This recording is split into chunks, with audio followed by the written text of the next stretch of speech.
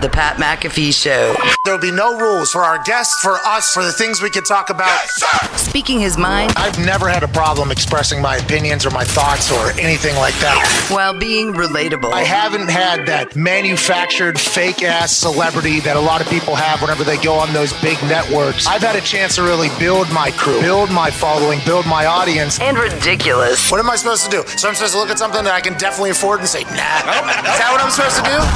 The Pat McAfee Show starts in 3, 2, 1. Hello, beautiful people. It is Coach Us Up Chuck Thursday, January 27th, 2022.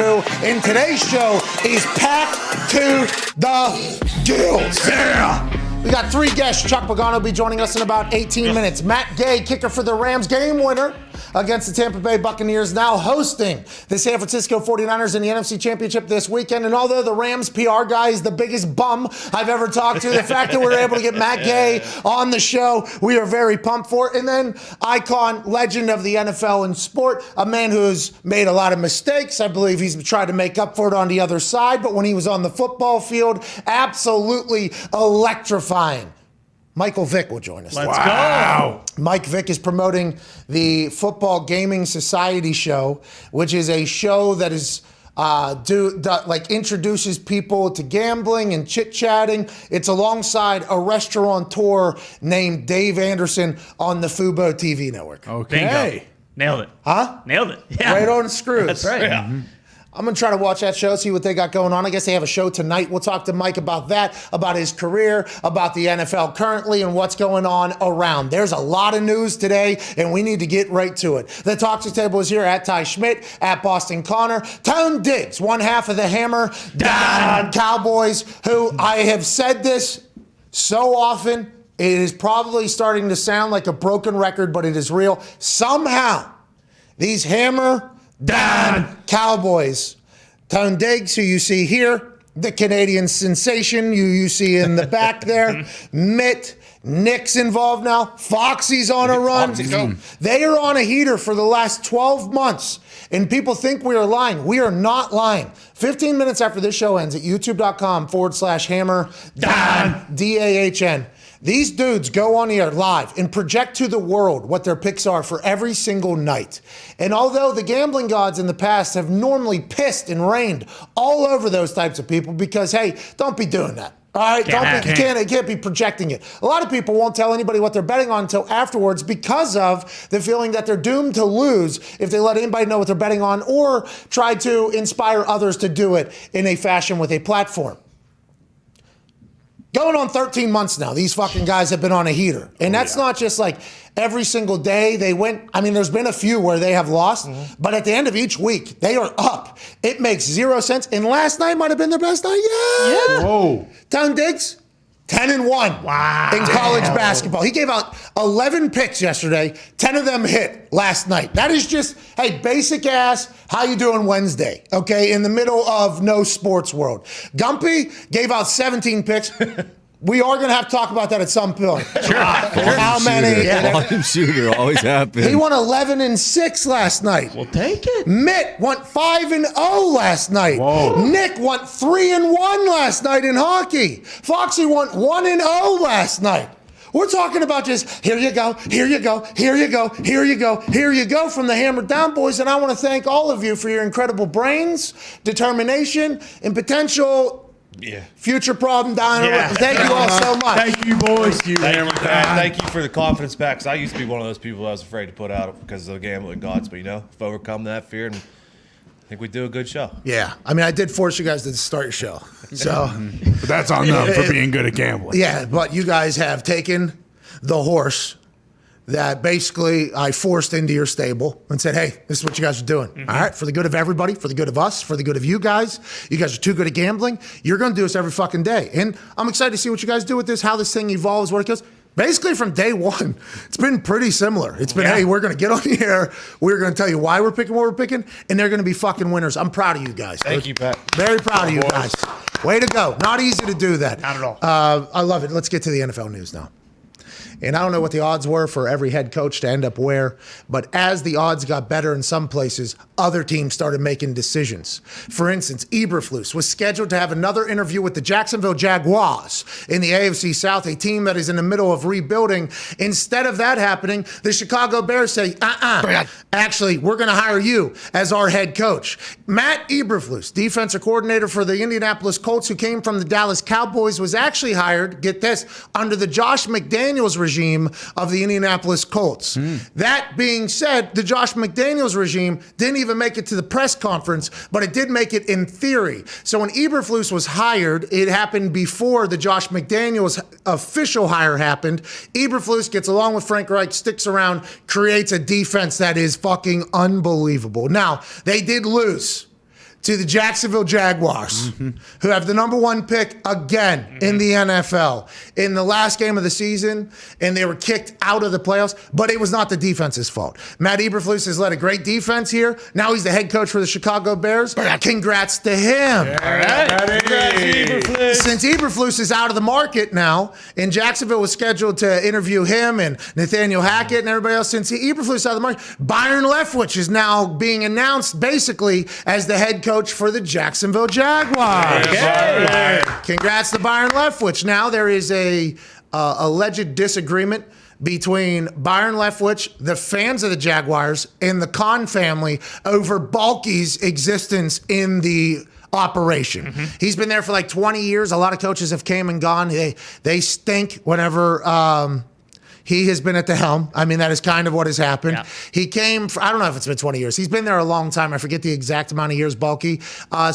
He's been so bad, though, that their fans were actually dressing up like clowns and going to the stadium. Yeah. Because they said it was Clown Town ever since Balky came to town. Right. And he is now in the middle of a discussion, allegedly, behind closed doors between their new head coach of the franchise and the program, Byron Leftwich, who used to play quarterback there, and moving on because Byron Leftwich doesn't want that dude in control of the roster. He wants Adrian Phillips. Adrian Wilson, former player who's now been with the Cardinals for like 7 years in the scouting department to be the GM. So that's going to be an interesting situation to watch, but congrats to Byron Leftwich. All right. Head coach, that's awesome. Former player, that's awesome. He's head coach. And the big news of the day, yes, the Bears is a big deal. And the Jaguars is a big deal. Sure. But the big news this morning in the coaching hiring cycle of the NFL, Nathaniel Hackett, now head coach of the Denver Broncos. Congrats to Coach Hackett. Congrats, Coach Hackett. And I'd heard of Hackett, obviously, through the conversations with Aaron Rodgers and media talking about him and everything. I don't think I'd ever seen a photo of him until recently. I did not expect him to look the way he looks. I think I honestly, I had no idea. It was like a kind of guess who situation there. Nathaniel Hackett is very experienced. They've gone through a lot of his resume, basically everywhere on all of the networks.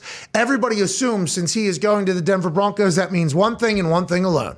He's bringing in the offensive line coach to be the offense coordinator. Maybe he brings in Getsy to be the offense coordinator. And at the end of the day, who's the offense coordinator? Probably Aaron fucking Rodgers. Yep. And the Denver Broncos were linked to Aaron Rodgers last offseason.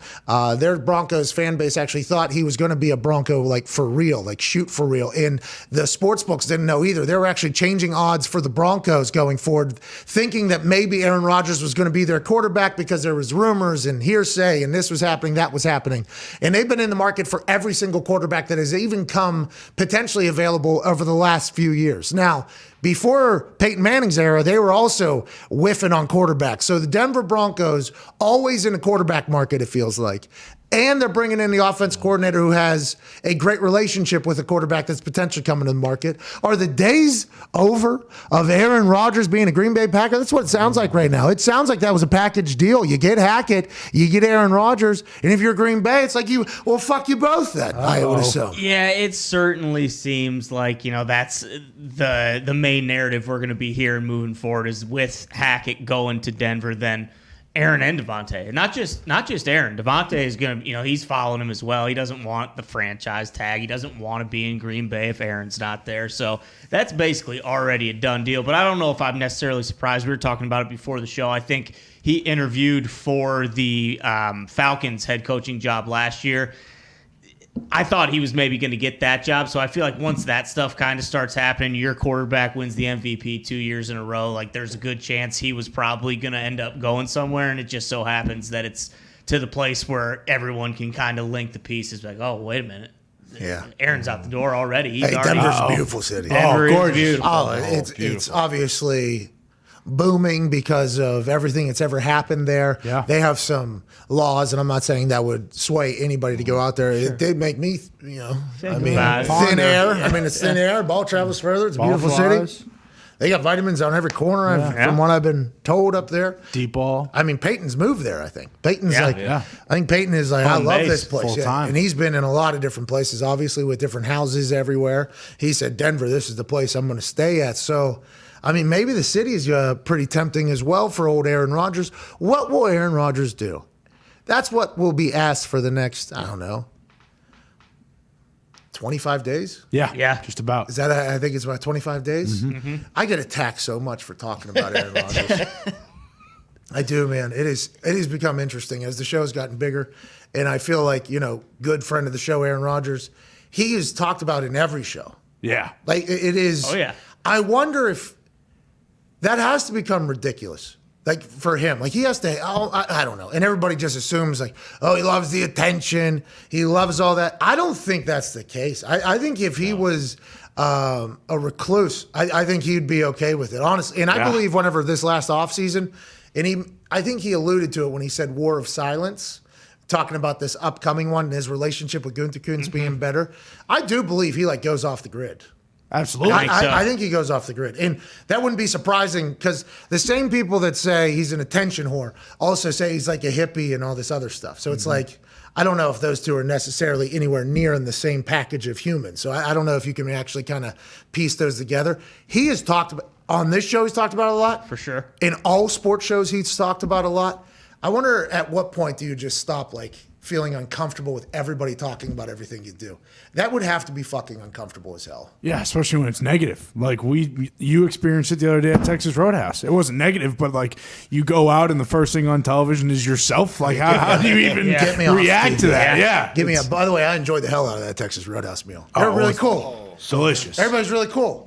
On the way out, I got 10 people that are like, we didn't want to interrupt you, but what's up, dude? I was like, oh. Nice. Appreciate that. Very, very nice. Yeah. Now, I assume there was a lot of, Yeah. Look at this fucking. Yeah. weird little photos. snaps. Yeah. And you have to do that thing. But I absolutely loved going out there. But yeah, my fucking big ass dumb face on the screen. I was like, all right, there's enough of me around here already. Can we put it down? But I guess whenever you're just around it for 15, 20 years at this point, you just get used to it. Well, and I assume it's like we always say, he's aware of what's going on Twitter and stuff and all that kind. But if you you turn on the TV and you're on ESPN or NFL Network or whatever, and there's a good chance that they're going to talk about you within the next window that you're watching it. Why would you always want to be? It's like, oh fuck, they're talking about me again. I don't want to listen to this shit. I just wanted to see what else is going on. And whenever you lose a game or you become the person that is the figurehead for a very politicized thing, Yeah.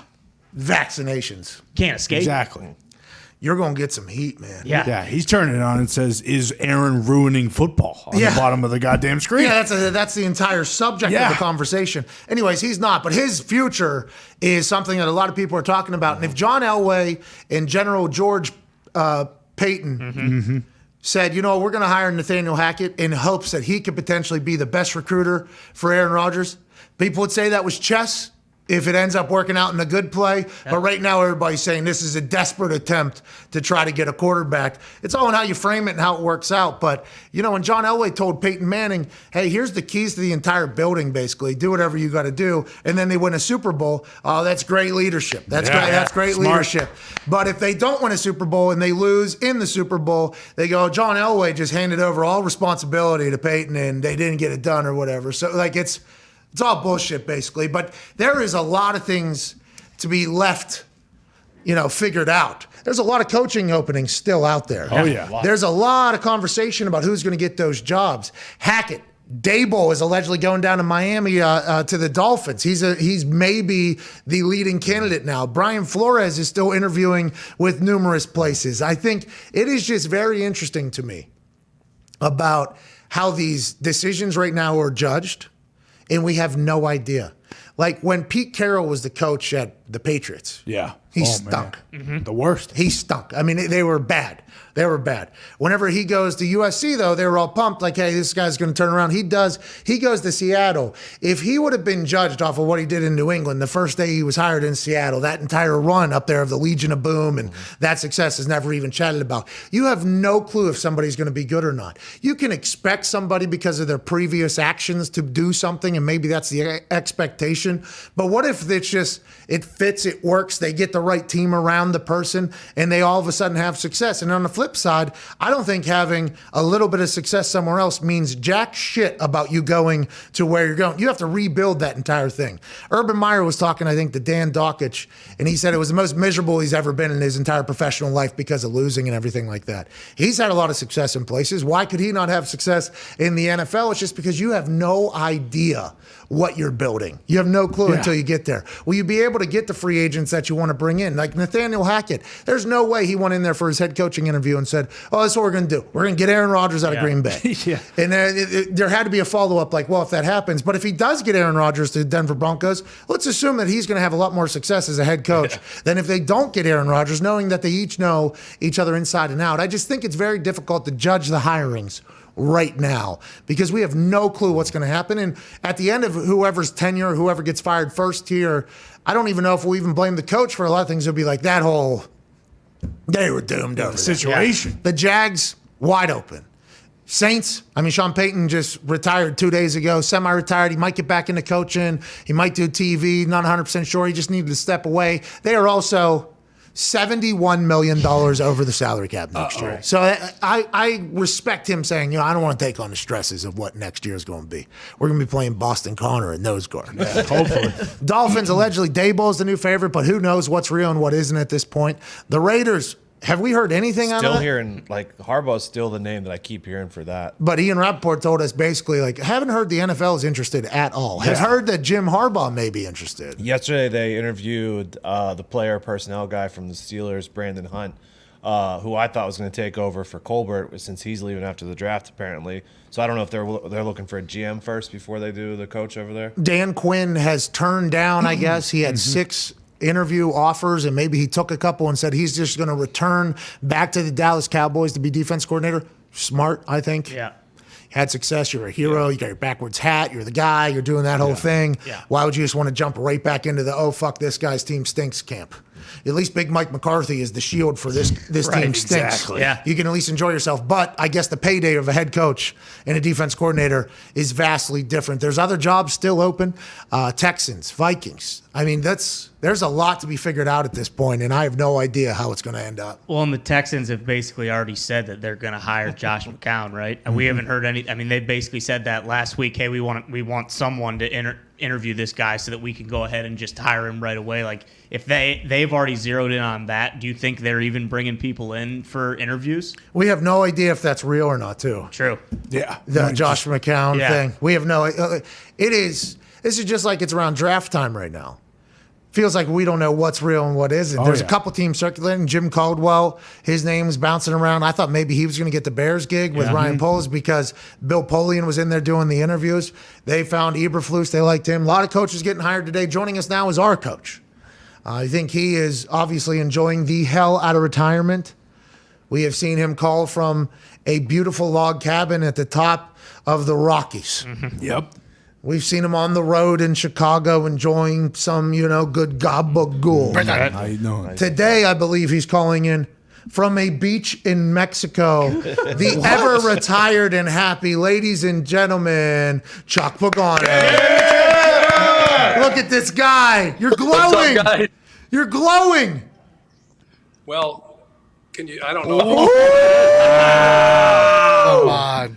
It's just a little par 3 and then the Pacific Ocean beyond that. So life's good, man. Good to see you. Hey, great to see you as well. Thank you for making time for us in the middle of that vacation. Please tell Tina we appreciate your mindset and brain here on a couple interesting conversations that I think you would know a lot more about than us. There's a lot of conversations right now about who should be talking about what and how they should be talking about it in the sports media world, okay? It all sounds like a bunch of bullshit to me, but if we're going to talk about head coaches getting hired and head coaches either staring down a lot of adversity or maybe having success. Whenever you think about Eberflus, Byron Leftwich, and now Hackett at Denver, which one of those positions do you think is in the best spot? And who do you think maybe in the end of this whole thing is the best coach down the line? Or is that just impossible to tell right now? Yeah, that's a roll of the dice. I mean, because you got all first timers, obviously, taking over as head football coaches. All come with great resumes. We know that. All come from winning deals. Those guys, if you're on a losing team, you're just not getting reached out to. You don't have these opportunities, obviously. Yeah. So they've all got great pedigree. They've all got great resumes. You step into the Denver job. Where there's smoke, there's fire, and we all know, Aaron's deal's up, Davante Adams' deal's up. They need a quarterback in Denver. They also need an ownership group, all that. So it would make sense that, hey, look, Hackett gets that job. Maybe this thing works out, and he can influence, Aaron to come that way, Davante to come that way. They work out the money. They work out the cap. The cap's going to go up. So that's a great opportunity. Leftwich, down in Jacksonville. Chuck, hold on. Yeah. So when Payton was a free agent after he was cut, there was conversations that maybe people were offering up percentages of teams. With the Denver Broncos being up for sale, is there any, you wouldn't know this would be above both of our heads, and we should probably not speak about this, but you might know that if there's precedent or not. What if Aaron was a part of one of the ownership groups? Has experience with the Bucs. And he has money. Yep. And they're looking for it. And I think he's friends with some of the people in there. Could that happen? Is that something that could happen? Do we know anything about that? That's not something you and I would actually know the specifics of. But is that not something that could take place there? Anything's possible, right? Payton obviously is trying to buy that right with a group, I think. His name's involved with Elway and a group of investors trying to buy that deal. And maybe they're going to, let Aaron in on, part of it.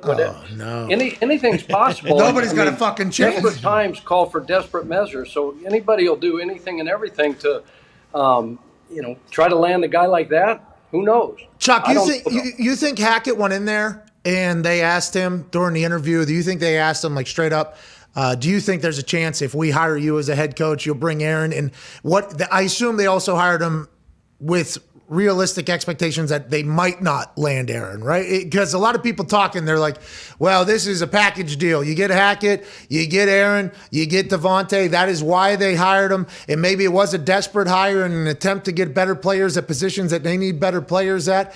But there's no way that is the sole reason, right?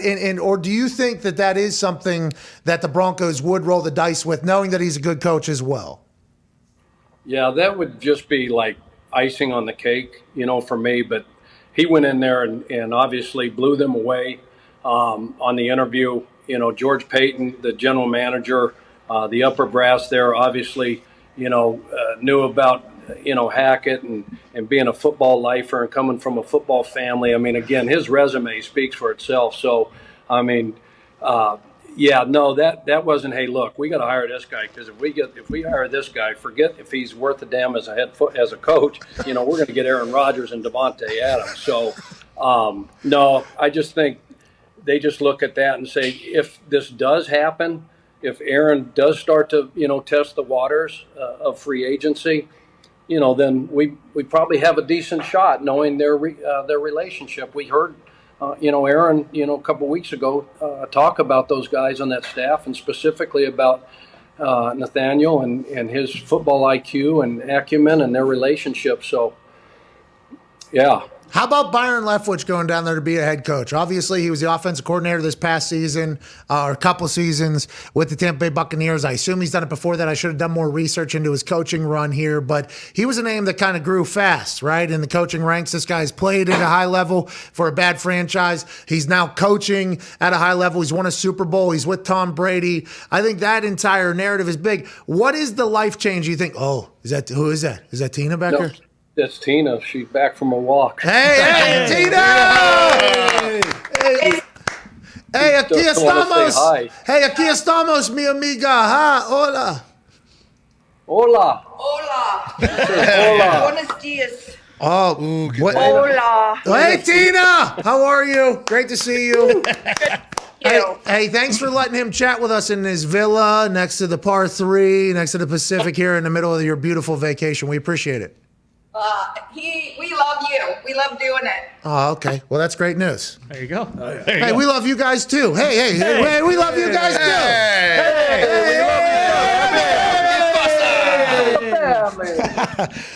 Going to a head coaching position, though, from player to offensive coordinator for Byron Leftwich in a building that seems to be on fire all the time. And now there's a disagreement on who's doing the roster control. Balky's going to stick around, or is it going to be Adrian Wilson and all that? How do you think that entire thing goes? What do you think is the biggest thing that Byron's going to see once you become a head coach that's a bit different than maybe a player or a coordinator in your eyes?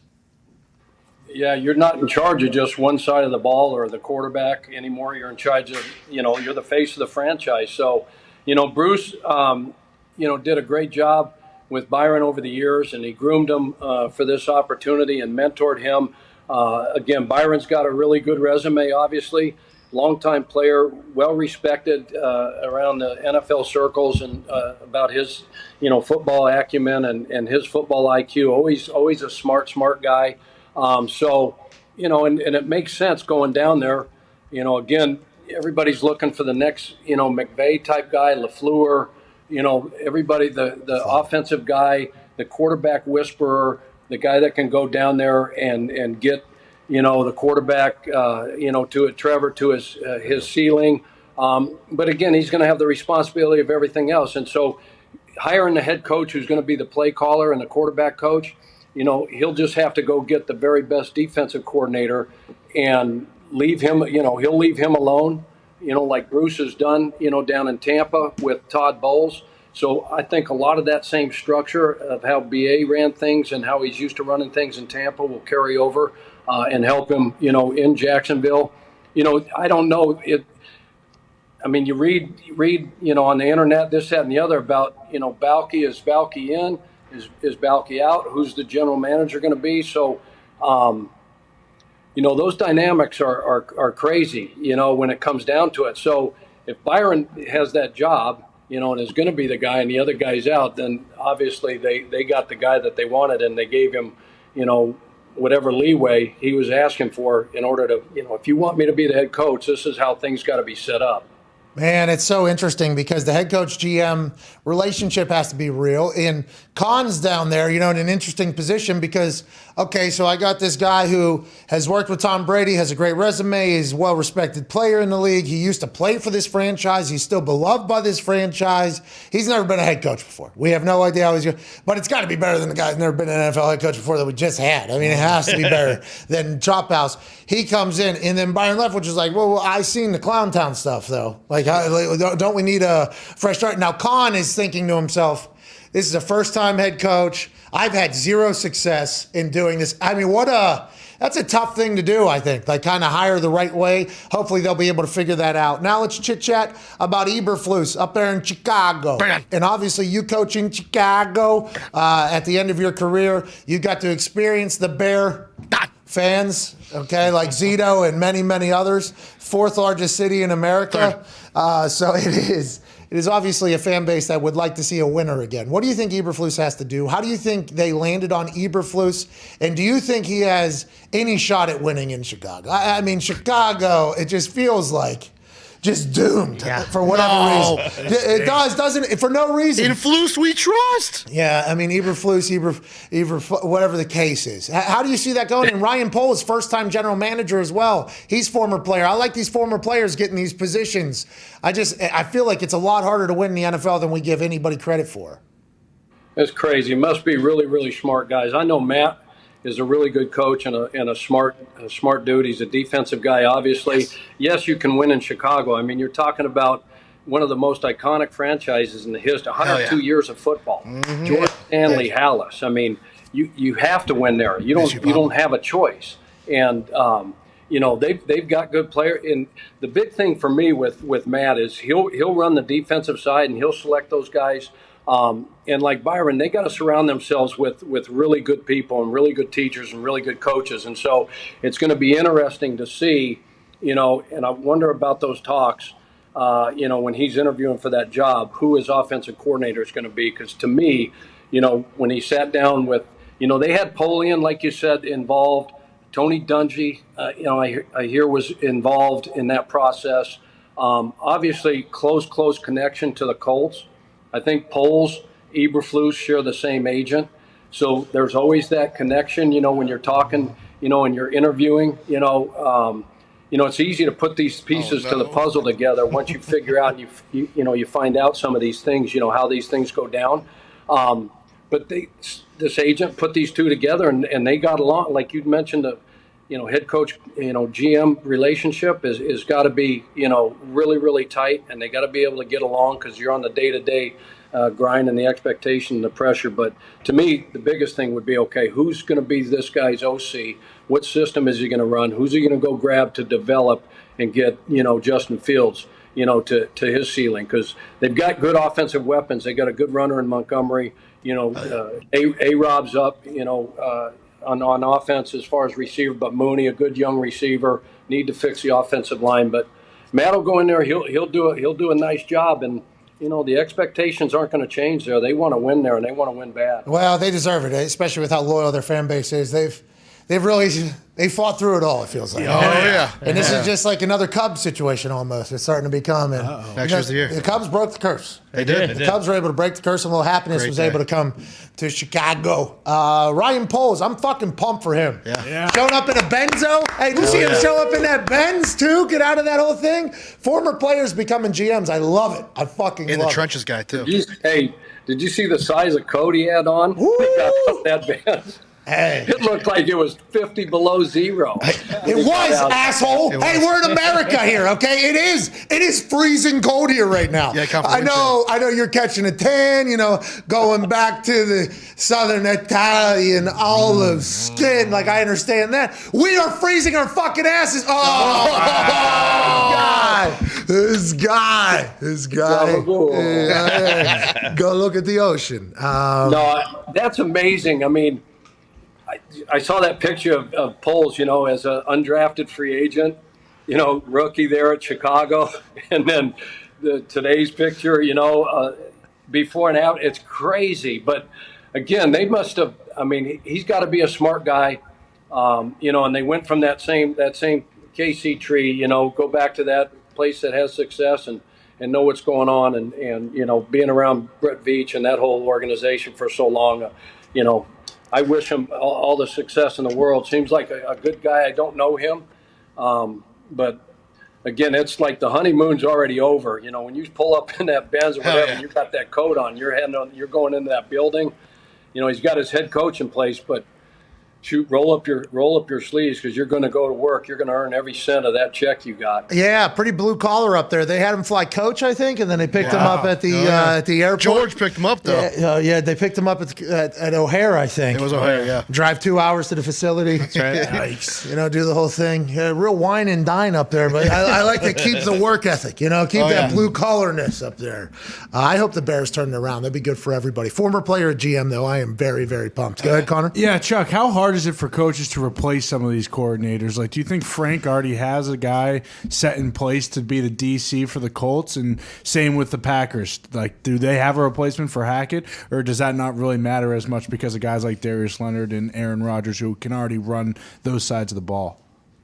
Yeah, no, a great question, because nobody wants to have to replace your guys. I mean, you want to champion them, you want to promote them and push them for these jobs, but then you better have a laundry list of guys and a line of guys available. And I think these guys, LaFleur's a smart guy, and he's got guys, in the ranks that know the system that he can just elevate. And whether that's, Getsy, I think his name was, the quarterback coach, maybe, he seems like the most logical guy, that was getting some play, getting some talk about him, some interviews, that knows that system. So, Frank's got, guys on his staff.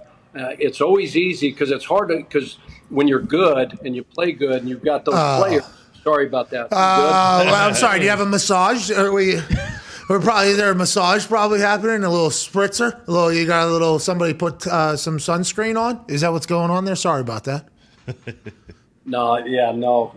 I can't go into great detail about it right now, but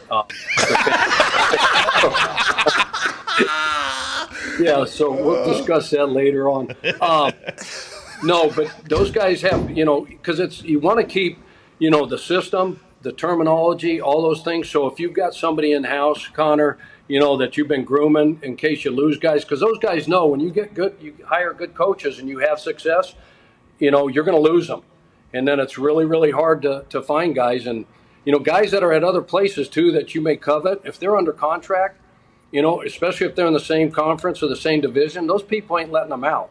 That's why you sign those contracts. They're a double-edged sword. You get the protection for your family and stuff, but when it comes time to be able to move, sometimes you can if you're under contract at another place. Ironclad contract. Lock them in. Don't let them go within a division, especially there. That team's too good to get our guys. Sean Payton, just out of nowhere. Maybe not out of nowhere. I assume he had to think about this for a long time. Them being $71 million over the cap probably came into thought as well about, what is next season going to look like? Do you think he has thought about this for a while? At what point did you know, hey, you're done with this shit? Was it a family situation? Was it personal? Was it at work you weren't having as much drive? What do you think led Sean Payton because this is a weird time to kind of have it happen. Now, they're still early in the process. The coaching cycle is still happening. If any other coaches in the future were to be fired or retire, that's much different. But obviously now, what do you think led to this? And am I putting too much stock into them being $71 million over the salary cap affecting how a coach is going to feel going into a season? Because I think that had to weigh heavy on him on what they were going to have to rebuild, but I might be wrong there. What do you think? Yeah, no, all of the above, and I think 15 years there, right? Yeah. I got so much, respect for Sean Payton. Atta baby Sean. Thank you, Sean. Hey. Us too, by the way. We've heard he's a guy. We've heard he has truly, there's a shelf life, for all these jobs. And some of them, very few of them, last as long as, his tenure down in New Orleans. 15 years, won a Super Bowl. His record speaks for itself. And I think just sometimes I always said, when this becomes work, then I'm probably done, because it was never work to me. And I'm sure to Sean, it was never work. And sometimes you just reach a point where, it's time for a change.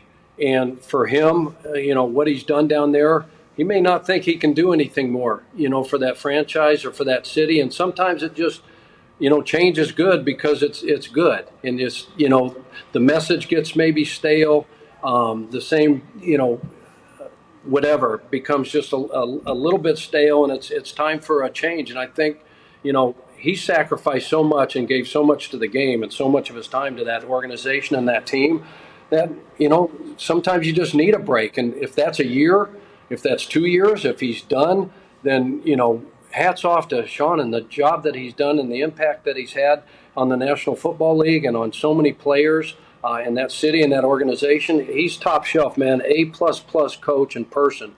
And I think he's done because, teams are obviously, when he comes available, and I know they own his rights. I think he had 3 years left on his contract, so I think he probably talked to them and say, look, I'm stepping down, and there's things written in this contract, obviously belongs to them, that if somebody, really coveted Sean, which is probably a lot of these jobs that are still open, they're going to reach out to the agent and say, hey, look, is this for real, or is there a chance to maybe, bring him into our program? If possible, so, but I think because of the contract, I think he takes a year, maybe a little bit of TV, maybe a little bit of nothing. I highly recommend Mexico. A lot of something, being in the Gulf where he's at right now in New Orleans, it wouldn't be far for him, but whatever he decides, that year off I took in 18, when I got let go at Indy, that was like one of the best years of my life. Just reset, recharge, regroup, evaluate, all that kind of stuff. And then you come back roaring, ready to go. And maybe that's just what he needs. He's a great coach. And hearing you sing his praises was awesome there. It's obvious you have a lot of respect for him, as do a lot of people. I mean, the onside kick call in the second half of that fucking Super Bowl was bullshit. You know, it was kind of bullshit. And the refs, I believe, said it was Colts ball, and then they, you know, kind of went back on it because there's still a scrum at the bottom of it. Whatever the case, I'm probably wearing a Super Bowl as a pinky ring right now if that doesn't happen. But congrats to Sean Payton. I've heard he's a great guy, and his shoe collection is fucking nasty. Congrats, Sean. Congrats, Sean. Hey, as a defensive coach going up against Sean Payton and his offenses, nightmare. Why? Well, he uses so many different personnel groups. They don't signal those personnel groups. So they just run different bodies in, you know, and it could be 2 guys, 3 guys, 4 guys, and you got a guy in the box that does your personnel, because all of our defenses and calls are based on, you know, situation, down, distance, and what personnel they got in the game. And which is why, by the way, the offense can sub, and then there has to be time for the defense to sub, because everything is run off the personnel that the offense brings in. You can go ahead, though. Absolutely. But then, you know, they're running guys in and they're running guys out, and it ends up being the same personnel. So as a defensive play caller, you end up guessing and like, well, what is it? Is it 12? Is it 21? Is it 11? You know, and it's crickets, because you don't really know. I mean, the guy who's doing personnel when you're playing the Saints, that's a nightmare. Yeah. That guy in the box that's trying to give the coordinator, hey, they're in this, you know, and you don't hear anything and you don't know. And next thing you do is you got like a nickel defense, a dime package, which is set up for 3 and 4 wides, and you're going against, you know, 13 personnel, a bunch of big frickin' tight ends and extra linemen, and they're running the ball down your throat, you know. So he did a phenomenal job, and so creative. What a masterful mind. Okay. Masterful play caller. All right, that's awesome to hear. I'm excited to see what Sean Payton does. We're going to check out that documentary about him coming to Netflix with Kevin James. Oh, yeah, that's right. Hopefully I get a chance to meet Sean Payton in person, have a conversation with him. I've heard he is electrifying to have a convo with. I heard he has. You got to get him on the show. That's what I've heard. He'd be awesome. That's what I've heard. I've been told that by a lot of people. So hopefully that'll happen at some point. Can't wait to meet him. Good guy, good career. Fuck off for the onside kick thing. Let's go to Ben Roth. There he is right there, Sean. Is that? Was that Sean Payton? Was that from? Holy shit. That's Sean Payton from the Super Bowl. No, that's Kevin James. Kevin James. What? Wait, Thank you, Sean. I think it's no, that was Kevin. that's- That's Kevin. Really? Oh, sorry. Doug Heffernan. That's They look Kevin the same. James. Dude, get out. It's Kevin James, bro. All right, that's not Sean. Stop it. Maybe. It might be Sean. Yeah, where'd the photo come from? Is that AP? That is AP. All right. O-line coach in the Kind of an old background. picture. We'll have to dive into it a little bit. Okay, let's move on. Another person who I assume was difficult to strategize for has officially announced his retirement this morning.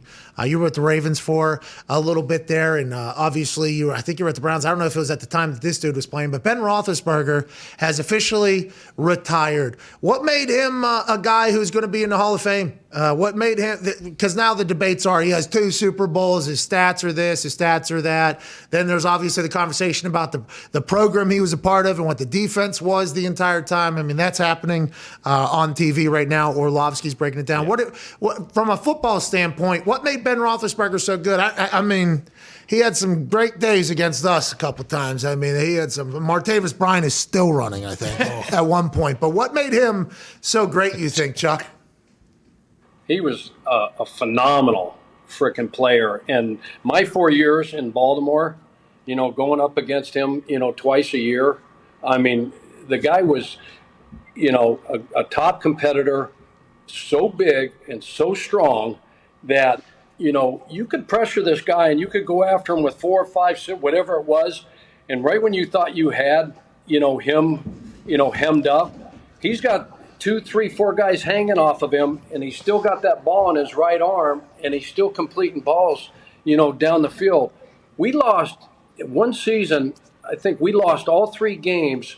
His ability to extend plays, like long before this new generation of guys, the Mahomeses and the Allens and things like that, this guy was so big and so strong and had such a great ability to extend plays and find guys down the field.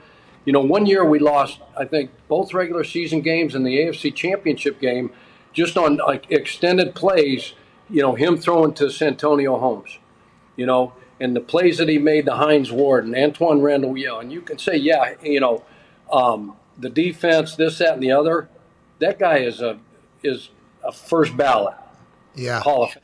I mean, without question, you know, 2 Super Bowl wins. I mean, that guy, I mean, the play that he makes, at Indy, after the bus fumbles, the play that he makes to trip oh boy up and win that game for, I mean, I could go on and on. The 522 pass yards he had on us and 6 tutties. We went to Pittsburgh that year. I mean, the guy is just, he's phenomenal. And I don't. Anybody can say whatever they want. Getting ready, to play against Ben and to game plan against him, because he was never down. And we always told our guys, if you come clean off the edge, just come under control, come to balance, just get him wrapped up, get his right arm. We used to say, get his right arm wrapped up so that his ball would be pinned against his chest. But you didn't have the right arm. Throw it. He would throw it around the arm, though, grab it on the other side and throw it. He still had that thing. He was still making plays down the field. And I remember D-backs coming clean off the edge, and we have free runners, and Haruki Nakamura coming off the edge in Baltimore one year, and he's got a free shot on him and just sidesteps him, gets out of the pocket, throws a touchdown pass, and we're like, what do you not understand about just coming under control? Well, because even if you do that, he'll literally just stand with you on. He just refused to go down. It felt like there for a long time. And we're watching old throwback highlights of him because a lot of people just see him now where he's throwing it half a second after it's snapped and he can still sling it. He used to be like quick. He used to be able to run and move. It was always like a lumber, It was always like a big ass lumber. But sneaky athletic, sneaky fast, especially in the early years. His ability to, hard count you. Even before like what Aaron does and he catches people, with 12 on the field, but backed up, he was the best at hard count and get you to jump and then throw one up for grabs. And most of the time it was a free play. And most of the time, every one of their route concepts would convert into this all go, and he would just murder you with it. It's 3rd and 14. You've told your guys earmuffs, key the ball, don't listen to snap count. And what do? And then they jump off sides. He chucks it deep to one of those speedsters, and next thing you know, it's 1st and 10 at your plus 45, fresh set of downs. Amazing player. Congratulations to Big Ben. He tormented, not only myself and teams that I was a part of for a long time, but what a phenomenal Hall of Fame career he had. And we don't know if he birthed this or not, but it is one of his favorite, sign language signs. Mm-hmm. Oh, yeah. He does it all the time. And he even does it with a wave, and then he drops into it when he sees certain people. Hi to you, fuck you, love you, see you later. Hell of a run there by Ben. Last question here, Chuck. We can't thank you enough for joining us. Go ahead, Tone. Chuck, we had a good conversation about this yesterday about Antonio Brown. Do you think the juice is worth the squeeze? Do you think another team is potentially going to sign him because he is so good? Again, Tone, I don't think you never say never, right? It looks like he can still, play at a certain level, but again, with the track record being what it is, would it shock me? No, it would not shock me because people that are maybe one player away, 2 players away, and you can add this guy to your roster, and you feel like you got the coaching staff, the head coach, the offensive coordinator, the locker room, the OGs to handle this guy. They'll vet him. Somebody will vet him and figure out, okay, is he okay? Is he not okay? What's going on with him? Obviously, he's got his stuff going on with the Bucs right now. The more that goes on, though, I would have to say that, if he just shut things down and let everything calm down and let these coals kind of simmer, and this fire burn out a little bit and just kind of disappear for a little bit and then kind of resurface without all this drama, surrounding him and his whatever. I wouldn't be shocked, but. Hey, the NFL doesn't normally do great whenever you're suing one of their teams. Like the NFL, and by the way, it sounds like he has a lot of valid arguments. His attorney is ready to go. They're on Real Sports, which is a massive platform saying the entire thing. I'm not saying he shouldn't. If he feels he's been wrong, then there's no, that's not right. Legislation's the rules. Mm-hmm. But okay, if he has a case. Yeah, whatever. Like, go do your thing. But I think the NFL in the past, if you sue one of their, like, I think that is going to be tough to get in there. I'm not sure, but everybody wants to win. He's an incredible player, so who knows how it'll work out. We can't thank you enough for joining us, Chuck. Have an incredible vacation. We hope the Gabagool's fantastic, and go enjoy that Pacific Ocean, pal. Yes, sir. Great to see you guys. Take care. You too, ladies and gentlemen. Coach Chuck Pagano. Thank you, Chuck, so much. Okay, hour one wrapping up here. I mean, we just powered right through it, obviously. Great show host. Hour two will be on the other side of this 10-minute break.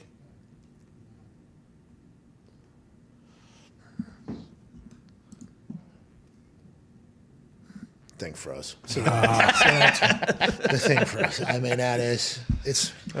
mean, it's playing. It's just sitting here at third. No, it's playing. It's playing. It's playing. Did it mute in the spot? No, I just checked it out. Yeah, I just checked the computer speaker as well. You can check the cables after, maybe something Oh, a else. little unplugged up Is it there. dead? Why is our shit? I mean, I haven't updated it. It has told me every day for the last 2 years to update it. There is a chance the wires froze into the compuper. And It is so cold. Oh, it's icy. Why is it so cold? How's the Yeah, it was good this morning. I'm just going to treat it Like a car? like it's a truck, yeah. That app doesn't exist. Yep. It's a normal car. It's just a car. It's not worth all the headaches. Well, the juice is not worth the squeeze. And the squeeze, by the way, was just me downloading the app, doing the entire thing. Right. And then the juice that came from it was me being locked out of my car, negative 20 degrees. Yeah. First morning I had the car. Sure. Coldest day So of the makes year. sense. So I'm out on it. I think I'm out on the app, not on the car, though. Did you leave a bad review? No, I didn't go out of the way. Because the car's sweet. Did you find the key? does the auto Didn't start? they tell you, hey, get rid of the key? You can basically throw this thing into the Leave lake the if you key want. in the car is what they said. And what? By the way, key is staying with me. Smart. Okay. That thing's being treated like a 1999 that is very nice. Mm-hmm. Oh, yeah. I'm not using any of the features inside either. I don't want any of it to break. Good idea. I'm not even setting my seat to the one position. Yeah. I No don't even point. want to do it. No point. They do have like the ability on the seat to move each leg. Like a memory Really? foam or Really? something? That seems to be too much. A little excessive. Yeah. Why would I? What would? Like your thigh? Yeah, like underneath your hamstrings. Oh, that's pretty cool. It's I like- don't understand why. It's too. It's too. I don't know what it's doing. That's for the double-footed drivers, so we wouldn't understand. No, this one I think would affect them in a negative way because it clearly shoots your left leg off like to Oh, it where it's does. supposed to be. Yeah, Oh. and I think you can move them. I don't know. It seems to be a little bit much. And I guess I pushed a button earlier and I was just getting a ball rolling up down the middle of my back, and I'm like, whoa. Am I getting a massage in this thing? And I don't know if that's on the app or not. I'm not opening the app, so Can't do that. can't turn the ball off. It seems like That's pretty sweet, though. it is. Just jamming into your back all day. It was pretty good. I mean, I had it on light. I think. Yeah. It had four different. Kind of like it. It had four different settings. Yeah. Wow. Because I only know that because I just kept pushing the one button Until it turned on. until it turned off. Yeah, and it was like I am not the right person that should be talking about this. I was thinking about this yesterday. I'm terrible at technology. Like I am very, very bad at technology.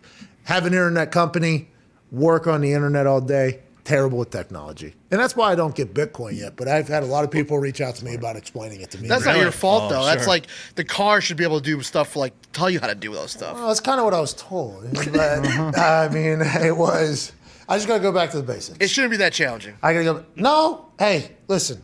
I assume that there was an entire course that I refused to sit through. And I bet there's an 800-page manual in the glove box that'll teach And you I- how to do everything. And the guy that sold it to me, good guy. Love that guy, hardworking guy. I assume he wanted to explain a lot of things to me, and there was just zero chance of that happening. Sure. So I'll kind of learn as I go, and it's on me, but the car is beautiful. I love it. That's all you can ask for. Gorgeous out there. That thing's floating, Yeah. by the way. Looks sweet. I need to watch myself. What mode did you have it in today? Excited. Oh, no. Yeah. Like Mega Sport or something? Yeah, What does that's that like do? X Sport. Yeah. Oh, shit. Yeah. Like XS out there on one of those drivers. Yeah. Sure. By the way, shots Callaway. Shout out. Thank you, Callaway. Callaway sent like 13 drivers here. I don't know if they're all for us. I think there was a lot of different drivers in there. Oh, really? Couple lefties, couple W's. Couple XSs. Yep, couple S's. What's that for? Just stiff. And then the XS is extra stiff. I believe so. Okay. Just want to let everybody know. I did take one of the XSs, I like that shit. but I don't know if I need it, to be honest. I've seen some of my friends use like telephone poles for their. Sure. I cannot get that thing to get through. I mean, I'm sending it way right. I mean, it is. You got to really huck those XS ones. And I'll swing hard for some of golf season, but then I'll find like. And by the way, I'll play once a year, just for everybody in the past. But now that we got a sim going into the Igloo, I think I'm going to play more. Yeah. I'll get into an entire thing, though, where I'm like, I'm only going to go 3/4 on everything. And then the excess in the bag ends up being a complete detriment. That's right. I can't change your swing at all with that. I don't know if I'm strong enough or fast enough. But shout out to Callaway and Topgolf for sending us stuff. Also, thank you, Aaron Rodgers. Thank you, Aaron. Thank you, Aaron Rodgers, for sending this stuff, the TaylorMade stuff. This thing ain't working, huh? This thing stinks. All right, just like the show. We're back in about 6 minutes for hour 2. AJ Hawk will be here. Can't wait to chat with him. Also in hour 2, we have Matt Gay of the Los Angeles Rams. Here we go. Shout out to their PR guy, for making this happen. Oh, yeah. Really appreciate him. That guy. Then Mike Vick in hour 3, and hopefully your calls on the 5 Energy phone line, 1-833-4-McAfee. See you in about 5 minutes. So today, flying down to Nashville, doing a podcast with the boy. Hey, let's do it! Then obviously get smacked down tonight. I'll probably talk some shit to the crowd.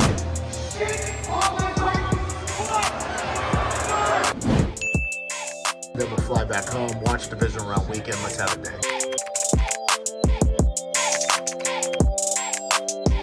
Thank you to Bloomberg for the article. It was really nice spending 50 minutes with that guy. Is that all? I mean, I expected a little bit more out of that article, but listen, these macaques are fucking incredibly intelligent, and they are ruthless individuals. Should be your mama. Yakai had a crew for her coup to get to the top.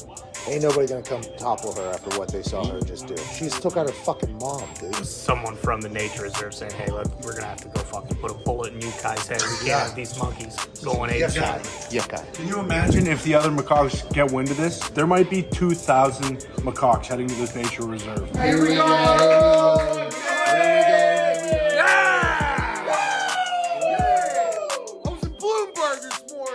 And this sports show shall begin right now. Yeah. Yakai said, fuck you, Mom, then takes out 4, 3, 2, inevitably 1. Get the fuck out of here. Have the greatest weekend of your life. Be a friend, tell a friend that Monday shit's gonna be bananas.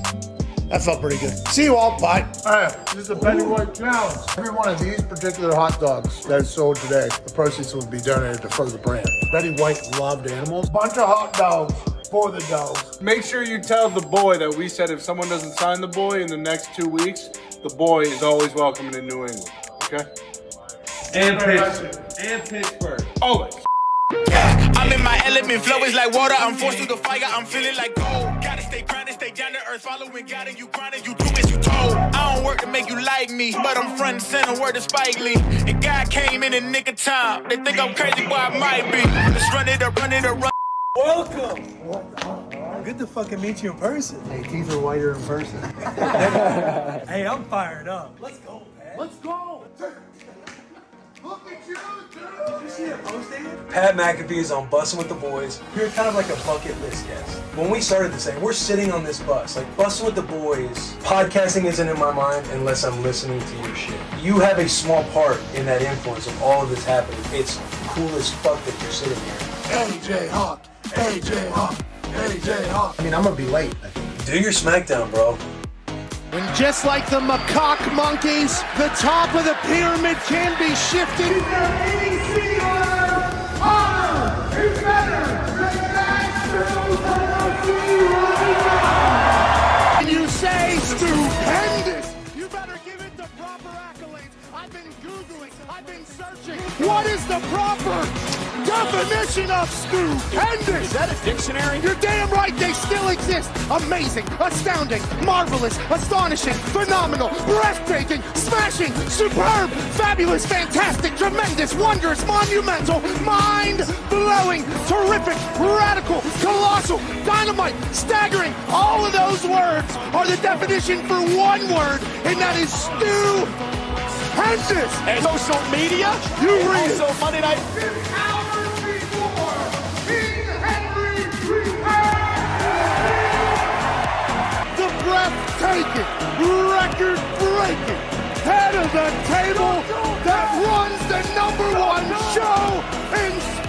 entertainment. Everybody in here, it's Comfort Radio. Comfort Radio. Comfort Radio 1. Except for one stupid person. Thank the heavens for this jackass showing up.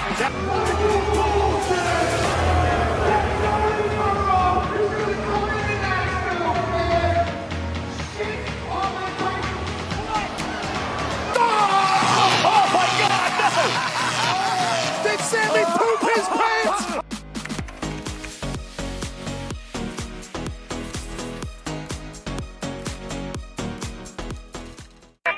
The Pat McAfee Show. There'll be no rules for our guests, for us, for the things we can talk about. Speaking his mind. I've never had a problem expressing my opinions or my thoughts or anything like that. While being relatable. I haven't had that manufactured fake-ass celebrity that a lot of people have whenever they go on those big networks. I've had a chance to really build my crew, build my following, build my audience. And ridiculous. What am I supposed to do? So I'm supposed to look at something that I can definitely afford and say, nah. Is that what I'm supposed to do? The Pat McAfee Show starts in 3, 2, 1. Hey, welcome back to that show. Hour 2 on this glorious Thursday, January 27th, 2022, shall commence immediately following this beat drop from Twine. There it is. Here we go. The toxic table is here. At Ty Schmidt, at Boston Connor. At Tone Diggs is here. One half of the Hammer. Dahn. Cowboys, and fresh off of a 10-1 evening gambling on college basketball. He's not the only one in Hammer Down that is absolutely ripping through a heater right now that the world may have never seen before or will ever see again. Gumpy, 11-6 last night. Mitt, 5-0 last night. Wow. Nick Marotta, 3-1 last night. Damn. And old Foxy continues to be a Big Ten gambling horse. He is 1-0 yesterday. Hell yeah. Joining us now is a man who stole 2 titles from somebody we don't know who. A man who has won a college football national championship, a Super Bowl ring, a Ryder Cup championship bag, and he's a COVID survivor, but he's the owner of 2 Fugazi titles now. Ladies and gentlemen, AJ Hawk.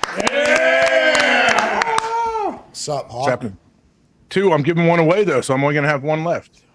Well, that's what I've been saying this whole time. You just being all willy-nilly with giving it away proves to me that you didn't earn it. Mm-hmm. Those are Fugazi titles. Those are fake. And but I am thankful that you are giving 1 away. I think you're sending it here. We're going to sign it and ship it on its way to the winner of yesterday's hashtag PMS Fugazi title hashtag contest. We can't thank you enough for joining us. AJ, a lot of big news. Let's run around it real quick before our guest from the Los Angeles Rams joins us.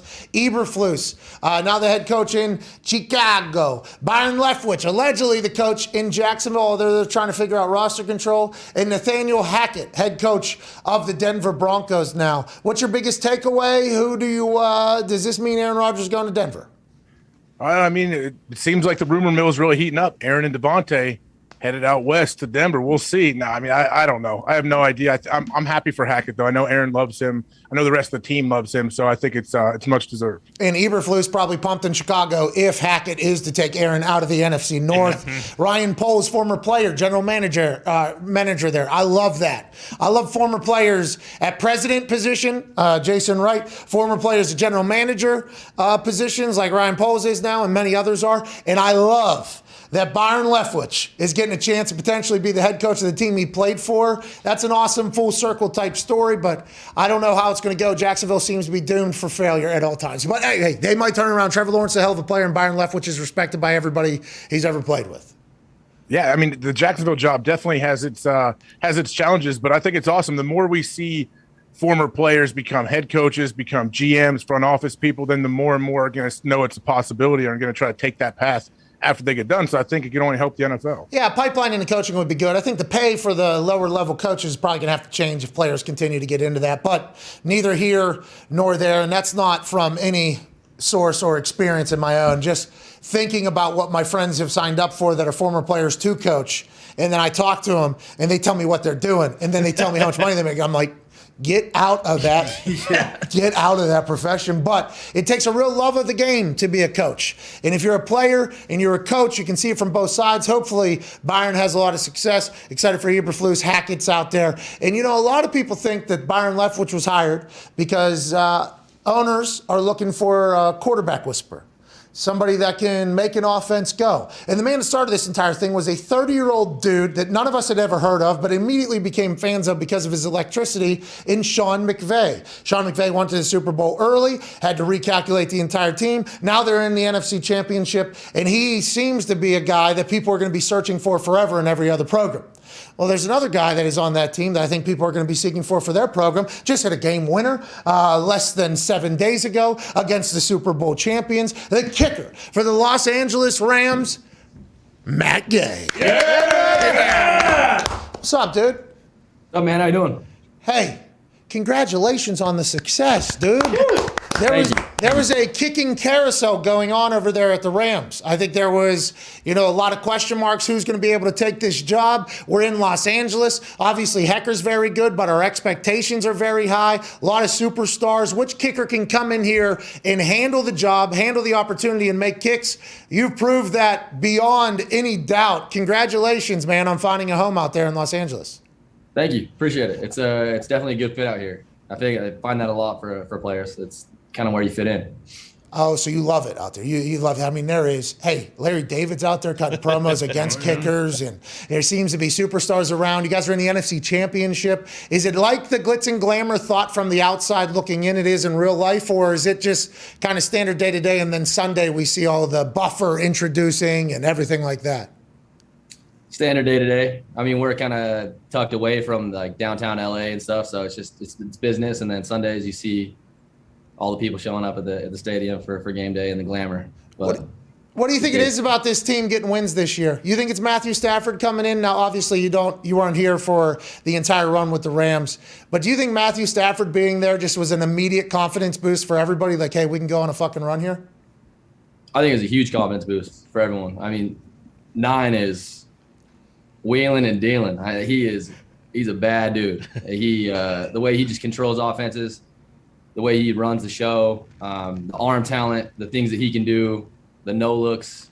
I mean, he's something else. And when you got a leader like him leading the group, it gets guys to buy in. And I think that's kind of where it started. And then obviously we got the guys on defense, AD, Jalen, that are just doing their thing that they've been doing.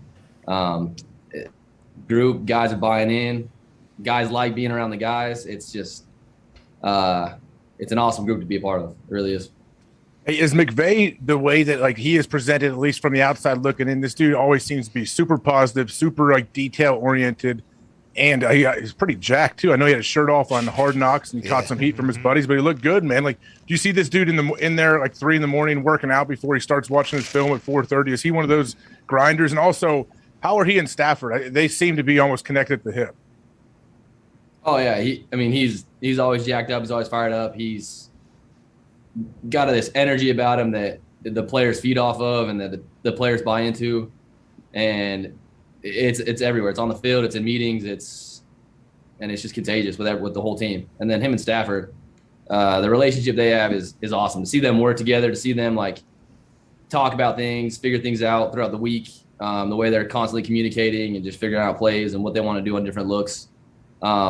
It's really just both of them are here and they just kind of go back and forth about what they want to do, and they really work it out between themselves. It's not like one guy controlling the whole thing. It's truly just a back and forth relationship they can find out. What time do you get into the building on a day-to-day? Because I heard Cooper Kupp and Stafford are in there 2 a.m. fucking every day, dude. That's what I heard. I get here 7:15, and every time I pull in, their cars are there. So hey, Cooper Kupp for MVP is a real push, huh? Over there, at least in your building and in the Rams fans. Hey, that guy has taken on a superhero role almost at this point. Triple Crown winner in receiving and yak leader. I mean, that's rather impressive in the longest season in NFL history. He's a guy, what's he like day to day? Because they say he's like another quarterback basically out there. Is he just a super nerd that is just this freak athlete? What is Cooper Kupp like on the day to day? He's even keel. I mean, you see him when he scores touchdowns and stuff. He's just about business. I mean, he never gets too jacked up, too hyped, or he wants to win. He's kind of in that group with Stafford and McVay, kind of communicating on things, and he's kind of that third party that's constantly kind of communicating what they want to do on plays, how they see the field, how they see different defenses opening up. He's so smart. Yeah. I mean, he is so smart. That is his edge. I think I saw, was it Justin Jefferson tweeted? It was like, how is Cooper Kupp always open? Like, I don't get it. And it's because he's smart. He reads things pre-snap and he understands defenses, what they're going to do. And he is always open. And he should be a real case for MVP. Yeah, and I think that football IQ is displayed every time he has a post-game interview. Like after that Tampa game, he's like, I think they were in 2-man and then maybe a 0. And then it comes out like, yeah, actually the defense was on 2 different pages. So he didn't even just read one defense in one particular play. He read 2 defenses that were happening in the same defense in the biggest play of the game. It's just like that was awesome to kind of watch unfold. But there was a lot of people saying that OBJ isn't going to like going there because it is run through Cooper Kupp in the wide receiver room because he is an absolute stud. And then everybody that's ever like played alongside OBJ, I think a lot of people said OBJ is misconstrued by everybody. Everybody thinks like he wants all the balls. He just wants to win and he works his ass off. What has he been like in the building over there? Because I've heard a lot of compliments and obviously it has worked very well over there. And not that you knew what happened in any other stop for him, but from the shit that you maybe heard about him to what you got to experience and see from him in the locker room, what has been impressive, you think? And what has it changed your mindset, I assume, massively? Yeah, definitely. I think he's definitely misconstrued out there in the media and how people, view him. He's been nothing but just like buying into the system. He understands and he knows Cooper Kupp is doing his thing right now. He's all for it. So, I mean, from what I see, he's all for it. He just wants to win. He wants to be, obviously someone with his talent wants to be getting the football and, he can bring a lot to the table. It's not like he's just, some guy. He's Odell Beckham Jr. Yeah. So he just wants to help this team win. He knows Cooper Kupp is on another level, and he just wants to play that role where he can get the ball in certain situations and help us win. And he's done that. I mean, he's getting touchdowns, getting third down conversions. I mean, that Ravens game came down to an unreal snag. Oh, yeah. Him able to get that first down on that fourth down and then getting the next touchdown on it. So he's got nothing but buying into the system. He wants to win. I definitely think he's been kind of perceived in a bad way to the media because he's a stud and he's bought in completely. Matt, have you ever sat back and, when you have some time and envisioned yourself kicking like a game winner in a Super Bowl in your life? And now that you're this close to it, have you dreamt that or try to not get ahead of yourself, but be like, hey, man, we win this one, I'm going to be in the Super Bowl. A lot of things could come true that I may have dreamed as a kid. Like, have you allowed yourself to go there? Yeah, I mean, I think that's every kid's, dream is growing up. I mean, I didn't play football growing up, but when you're growing up and you have these dreams, you view yourself in the biggest moment. Like for me, as a kid, I wanted to play soccer, so it was me hitting a game-winning like penalty or scoring a goal and just, just like freaking out the celebration. You win that game. And as I've started, kicking as of late, it's what you have to do. You got to put yourself in those situations. You have to want that moment. And it's definitely trying to stay in the moment, take it game by game. I don't like to look ahead. I like to kind of stay in the moment, take it kick by kick, and go through the process of a game day and handle that, as it comes. But I mean, the mental, visualization of those moments is definitely something that when you're sitting there, you see yourself hitting that kick and winning the game and doing those things. But just trying to take it day by day. How about that moment though, whenever you can you figure out how to make practice mentally like it's an actual game? I think that was something I saw Vinatieri do, and I tried to learn, and I wish I would have been able to do it at a younger age. It was like in practice, I was almost able to put myself into a situation that is there, and it just makes your practice reps worth even more. And if you're practicing better, you're just naturally going to do better. It was that whole mental change of whenever you're focused in training is a big deal. And I think that's why whenever you stick around longer, or maybe have to have an experience where you have to leave a team and go to another team and experience something like Johnny Hecker, I assume, has been great for your career. I'd assume as a kicker because of how fucking good he is. And those mentality and that mindset stuff is what separates the good guys from the great. You've been fucking great out there in LA, man. Yeah, it's just when I came in the league, I hadn't been kicking too long. I kind of got to it late, and so it was still just kind of a learning process. So I was kind of learning throughout the process of, how to handle myself, how to handle these situations, how to handle just being a pro in general. And I think you learn a lot, especially my rookie year. I learned a lot from the good and the bad, and then getting to go with a guy like Johnny, who's been able to do what he's done in his career and have the success that he's had, to be able to kind of learn from him and take me like under his wing and really understand this is how it looks to enjoy this, because we're blessed to be able to do this for a living. So you have to enjoy the process, have fun about it, but also like when it's time to go and lock in and work, there's a business and there's a mindset that comes about it to lock in. And like you said, just like making the practice reps, like those mental, like even when you're just in a set and practice, like telling yourself, okay, this is a 45-yard right hash second quarter, like putting that into a game rep heightens the sense of like, oh, I've done this before.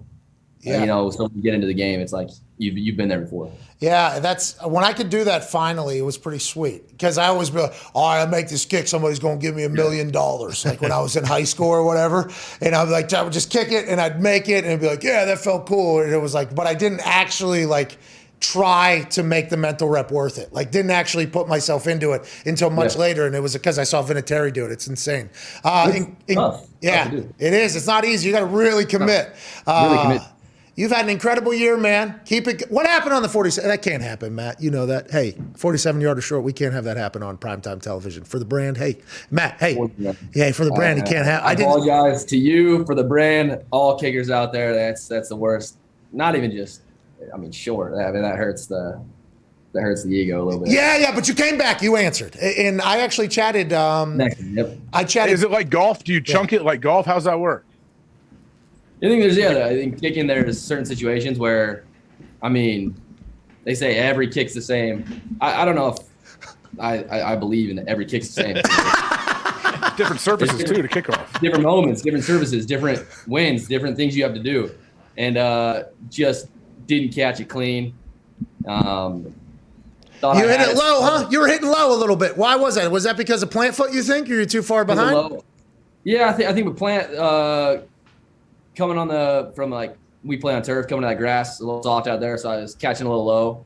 And then just the wind, trying to hit that spinner that cuts through the wind, and caught it low. And I was watching, I'm like, oh, it's good. And then you see the film, my face kind of gets confused. I see it hit this wall and just drop, and no. Can't have that. Can't have that. It cannot happen. For those that are wondering about the cutter through the wind, it's kind of like I'm trying to think of the stinger almost for a golf shot, right? So you're trying to hit it like almost like this a little bit, and you have to hit like a cut. But if you hit that thing a little thin, you're already cutting yourself out almost there. Hey, I like that you went for it though. I like that you went for it, and then you were able to bounce back. I enjoy that. I think you've had from it. Yeah, exactly. Hey, buy some tickets for your fans this weekend, huh? Okay. Okay. Hey, Niners fans get loud out there. They travel well. They support their team. So. Hey, so do Rams fans. Hey, hashtag RIUTA. That's right. Oh, yeah. Hashtag Rams it up their ass, right? And isn't that what Kelly Stafford's saying? Not you, Matt. You didn't say that. That's right. That was Kelly Stafford. We appreciate you joining us. Congrats on a hell of a season. Good luck this weekend, pal. Appreciate it. Thanks, guys. Ladies and gentlemen, Matt Gay. Thank you. All right, it makes sense why you're short. That makes sense. Yeah, because like if you hit it here, AJ, you hit it here, or if you hit it like right here, those are vastly different. That's like catching a little heavy, right? It's like a golf, like you have your wedge and you catch a little heavy. It's the same thing. Thin. Catching it heavy is high, right? So whenever you see a ball like X, you'll see a ball like X. It's not like a complete over. You're hitting it high there. So you're hitting it fat. You're hitting it heavy there. Whenever you hit one, it's choppy at the bottom. You're hitting it thin. It just feels a lot lighter coming off your foot too. It is, immediately. Like, ooh, that felt a little thin, just like a club, like a golf shot would. Him bouncing back and hitting a game winner though was good. And I'm happy he owned it, by the way, because after the game, he said I'm not hurt actually. Mm-hmm. He said, I'm not hurt. I just didn't hit the ball well today or whatever for whatever reason. So good for him. Good for him for not trying to everyone's dealing with something. Good for him for actually owning it. That's awesome. Yeah, and not being like, we'll look at it and see what he was just I'm sure he's banged up a little bit too, just like everyone else, but you don't have to doesn't matter. Like, you don't have to say that. Let other people tell people that. Yeah, Evan McPherson said he feels great. He feels like it's the first day, and I don't know how that happened. I don't know how that dude might be built different than everybody else, and he legit might be because of how bad he murders football for how small he is. But your hips and knees and hamstring and it's nothing like what the dudes are experiencing with like their shoulders and backs and much broader injuries. But every little muscle in your leg, if just one of them gets tweaked, I mean, it's like and then what it would do mentally to you, I feel like if you have something little tweak or whatever, and then what that could do mentally going into a game. Like that's why I don't want any of my kids to be kickers. Like I would lose my mind. I'd be a nervous wreck. Hey, me neither. Me neither. Hey, I'm putting that goddamn Callaway in the kid's hand though, very early. You know what I mean? Or TaylorMade. I'm putting the TaylorMade in my. Oh, wow. Okay. Shit. Agenda over there. I had agenda. Hey, it does. Sounds like it. Yeah. Doesn't it? He was on that broke I don't news know. too. You guys don't have a Callaway agenda, do you? No, not at all. What are you talking about? Okay. Anyways, They did they send don't pay us, but they did send us 12 drives. Yeah. They did send us, we appreciate them. We appreciate them for Gorgeous that. club. Thank you. But I mean, the Carbon Wood too. We've been doing a little research. Yeah, wonderful. Nice club. Very nice club. Not for us. No. Maybe for you, but not Send for it us. to me then. Send it to me. I'll take another one. You already got No, 8 of we them. got a studio one. Snap ears? Studio one. No. Anyways, whenever you talk about the mental thing, about feeling something, there's a training camp where my hip flexor, it felt as if I was it felt like something was very wrong. And I tried to baby it for like 2-3 days, and I wasn't hitting the ball as far. And then literally on one kickoff, I was like, fuck it. I'm gonna blow it out. Like I'm done with this whole thing. And something happened and it like made it better. I have no idea what it was. Medically, I have no idea like I went to the trainer, I was like, hey, feels like I have a ripped hip flexor here. And but I can still kick a little bit, it just hurts. They're like, okay, let's know how it is after today. And then I think I told Kyle or Aaron, I'm like, hey, I'm gonna try to rip this thing right now. I am done. I'm done with it. So I just like let it loose. It popped somehow. I don't know what. There must have been maybe some scar tissue or something. You didn't go to the guys. You didn't go to the body gurus with the gis on. No, see, I can't handle that shit. I try my best to be a professional in all situations. But I think we all know me at this point. I think a lot of people know me. Imagine the questions I'm asking. Wow, this whole thing's happening. Wearing a gi, okay, with a whole song thing going on in the background. Right. Wait, what? What's the song thing? They have like a mood setter, they're doing like capoeira. You know, the dance fighting. Oh, that's from Meet Your Parents. No, wait, that one. It's from a movie back in the day. Yeah, Meet Your Parents, right? 2, 3. Is that one where Meet Tim the Allen? It's actually Meet the Fockers. Meet the Fockers. Yeah. Oh, It's not Tim Allen. Ben Stiller's dad. Hey, Santa Claus is coming back, by the way. That's right. Yeah, it is. Disney Plus. As a show. It's Really? gonna be awesome. Can't wait. Is it a series? Yeah. Yeah, not 100%. Tim Allen has it? He's looking for. I think so, yeah. He's getting old, so he's looking for the next Santa Claus. Replacement.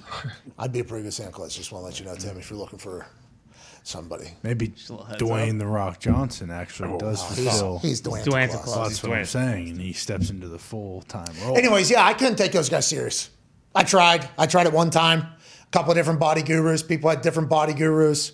And every single time we get in the middle of it, I'm like, all right, just stop doing what you're doing. Yeah. Let's talk about how many people you have done this on and how did we get to this point of figuring out that you're supposed to take your elbow actually and drive it past the hamstring to the muscle under the hamstring and straighten that thing. How did we get to this point? Like because that hurts like fucking hell. But I do assume tomorrow I'm going to feel much better. Yeah. And that's the commitment, by the way, that all these old heads you guys see playing, the commitment that they're to their body. You know, you hear like, oh, this guy spends $1 million on his body. There's a lot of guys that probably spend more than $1 million on their body whenever you talk about the food, the diet, the chef, the body gurus that maybe don't live with them and do that whole thing. I wasn't committed enough. I couldn't take it serious enough. And that's on me, you know, and that's why my career was only 8 years. I had 3 surgeries in 4 years. What I would have had to do to probably stop just blowing everything out in my knee every single time is probably be able to touch my toes.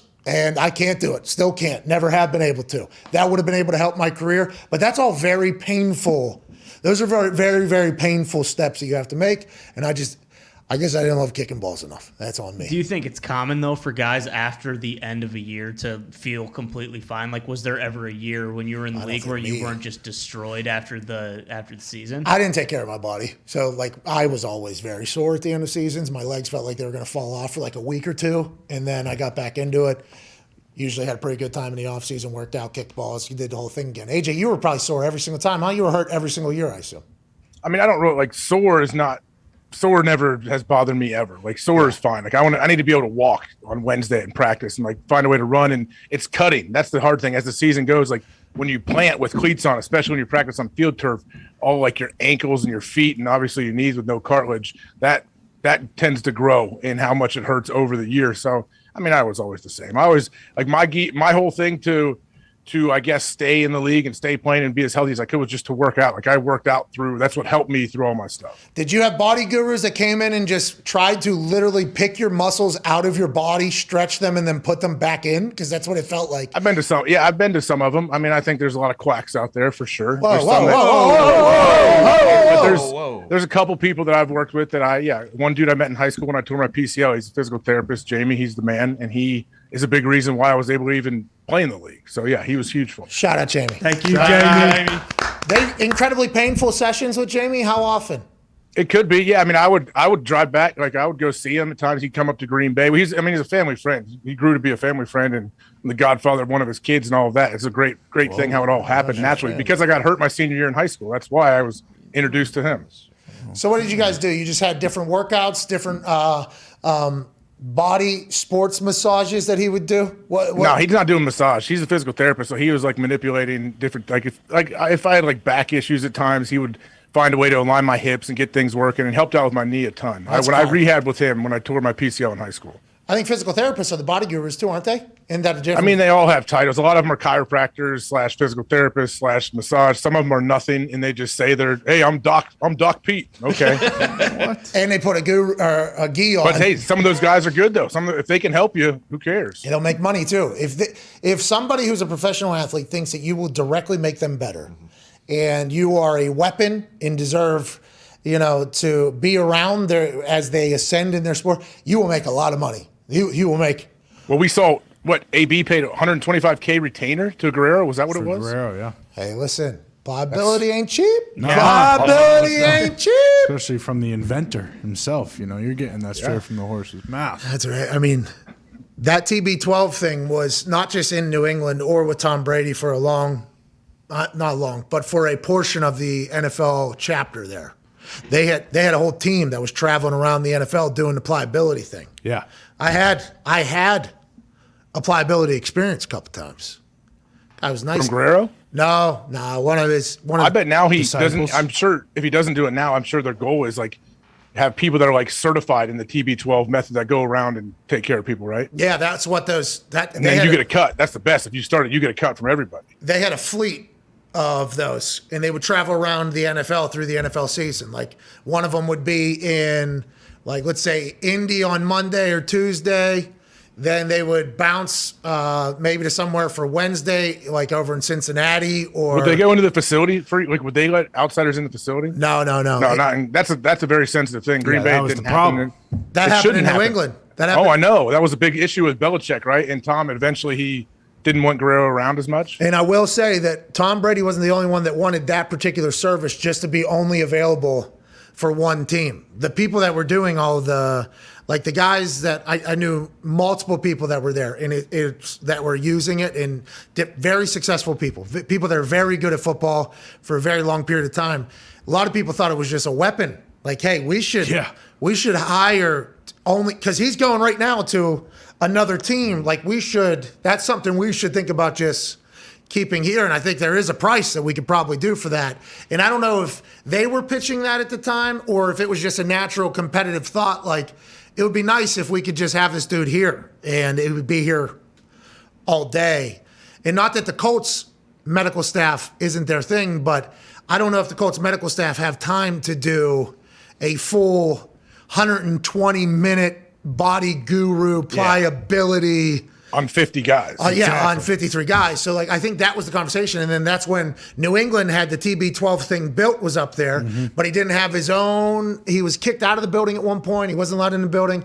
And then, all hell broke loose, and they ended up down in Tampa Bay with his own office. I think Guerrero has his own office down in the Buccaneers building. They harped on it in Man in the Arena. It was before one of the games, and he made him basically go out into like a little broom closet. But to your point about Vinatieri and Brady actually starting it, I think it was Willie McGinnis showed Brady this in like 2006, 2007, and by then Vinatieri was already in Indianapolis. Like it goes back way before Brady. Brady was just the one that kind of put it on the map, maybe if you would say, for like people outside of buildings. Yeah, I'm not outside the NFL. I think it is. I think it was a weapon, and I think the people that got it done. Once again, I am not somebody that is into this body guru stuff, just strictly because me and somebody for 2 hours. That's going to be tough for both of us. Remember when AB was farting on that dude right in his face in that video? Oh, yeah. Gosh, that was brutal. Never seen that one. Brutal. That popped up again on my feed. We don't watch that once a week. I'm not saying that's how my times would go. Well, the video is amazing. Didn't the guy ask him, "Did you fart?" Did you fart? Right here. Shit, my bad, dog. Excuse me. He did it again. He was rubbing his belly. Yeah. Terrible. I mean, I heard a story last night about Chris Letang as a roommate. What? Chris Letang was roommates with Rupper, and I guess, there was a lot of struggle on the control and who's up when and how they're up and showers. In hockey, they got to be roommates for 10 fucking years. 10. Oh, really?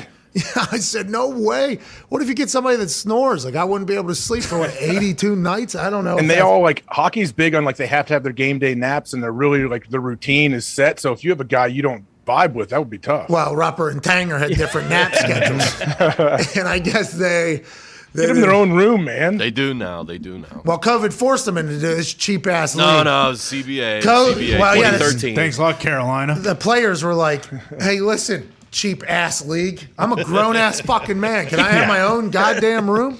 I assume there had to be an option for them to be able to pay the difference. In the NFL, there was a year thing, And I was like, can I just pay for my own room? Like, can I just do that? Did they let you? Yeah, for a year or two. I guess I didn't. I didn't. I got my own room during maybe my 6th year, I believe, in the league, because on away games. I probably could have had one earlier, but my roommate Brady Papinga was awesome, and all of a sudden he got released at the start of camp, I believe, my 6th year, and then I was like, I don't know if I have a roommate on home and away games. And I went in, I didn't have a roommate, so I was like, all right, I guess I'm good now. Hey, congratulations, man. Well, they actually asked everyone on the team, and everyone said, I refuse to sleep next to AJ Hawk. He's a freak. That'd be okay. Yeah, he might kill us in the middle of That's okay. Yeah. I'm not, 30 years old. I don't need a roommate. So I had a roommate, first game, my NFL career roommate, Who? I slept 24 minutes that night. Weren't you in the tub that night? I went in and I tried to pass out in the bathroom at one point because what happened? The snoring was just so loud. I'm like, I can't do it. I don't sleep well to begin with, let alone if we got this sawing happening. Listen, I'm an adult. I'm about to play my first game ever at a position I don't really know, make money for it. I got 20. I'm not going to sleep probably well before that anyways, let alone when that happens. So the next week I was like, can I please just buy my own room? Is that an option? They're like, actually, that is an available option. We'll let you know going forward. I'm like, thank you for that. I need that because I need about 2 Ambien. I need that thing shut down, completely quiet, and also I need to watch terrible Saturday Night Live for at least until midnight or 12:30. Sure. Yeah. I'm not going to sleep at all. So it's just a whole thing it's better for everybody. But here they had roommates for 10 years in the NHL. I was like, hockey's a different culture, though, man. Those guys are together so much in those road games. They have long road trips together. Their planes are set up cool, though. From what the guys I talked to, they're set up like club seating, different spaces where they can sit and play cards. They try to take care of them. So what do they have? Everybody has their own plane, I assume, in the NHL and the NBA? No, I think they usually charter 747s and just let the boys spread out. That are set up like that, too, though. I know, talking to guys that have played on different teams, a lot of them from who I've talked to, they just charter planes that are kind of set up for that. They're configured differently. I don't know how many people use them. I guess they probably go around and use them in all the leagues. Who owns those planes? How do we get to those planes? It's like the actual airlines, I'm pretty sure. Yeah, like Delta. Yeah, American Airlines, all those. Jeff Bezos. And they just have a super souped up ones that you can rent? Remember Seattle had a sweet plane for a while. They got rid of it. I thought they bought it, though. I thought these were all owned. It was theirs. No, Seattle owned theirs. I know Robert the Patriots owned theirs. New England. Yeah. Seattle owned Who else? I don't know, but like I see the NBA guys. The NBA guys have sick planes, and I just assume all the teams Because they're 9 feet tall. I think they really have to be specialized for them. and they're on the road a lot. Yeah. So I assume all the NBA teams. Jordan's smoking cigars in the back. And That's that the one, best. that one that always goes viral, I think, is the Mavs playing, right, with Cuban. So I think it's like the more rich owners and the more well-off teams have them. Oh, so Cincinnati's flying Southwest over there? No, I think the Bengals. I think they're actually I think he taking just bought a plane UPS for himself.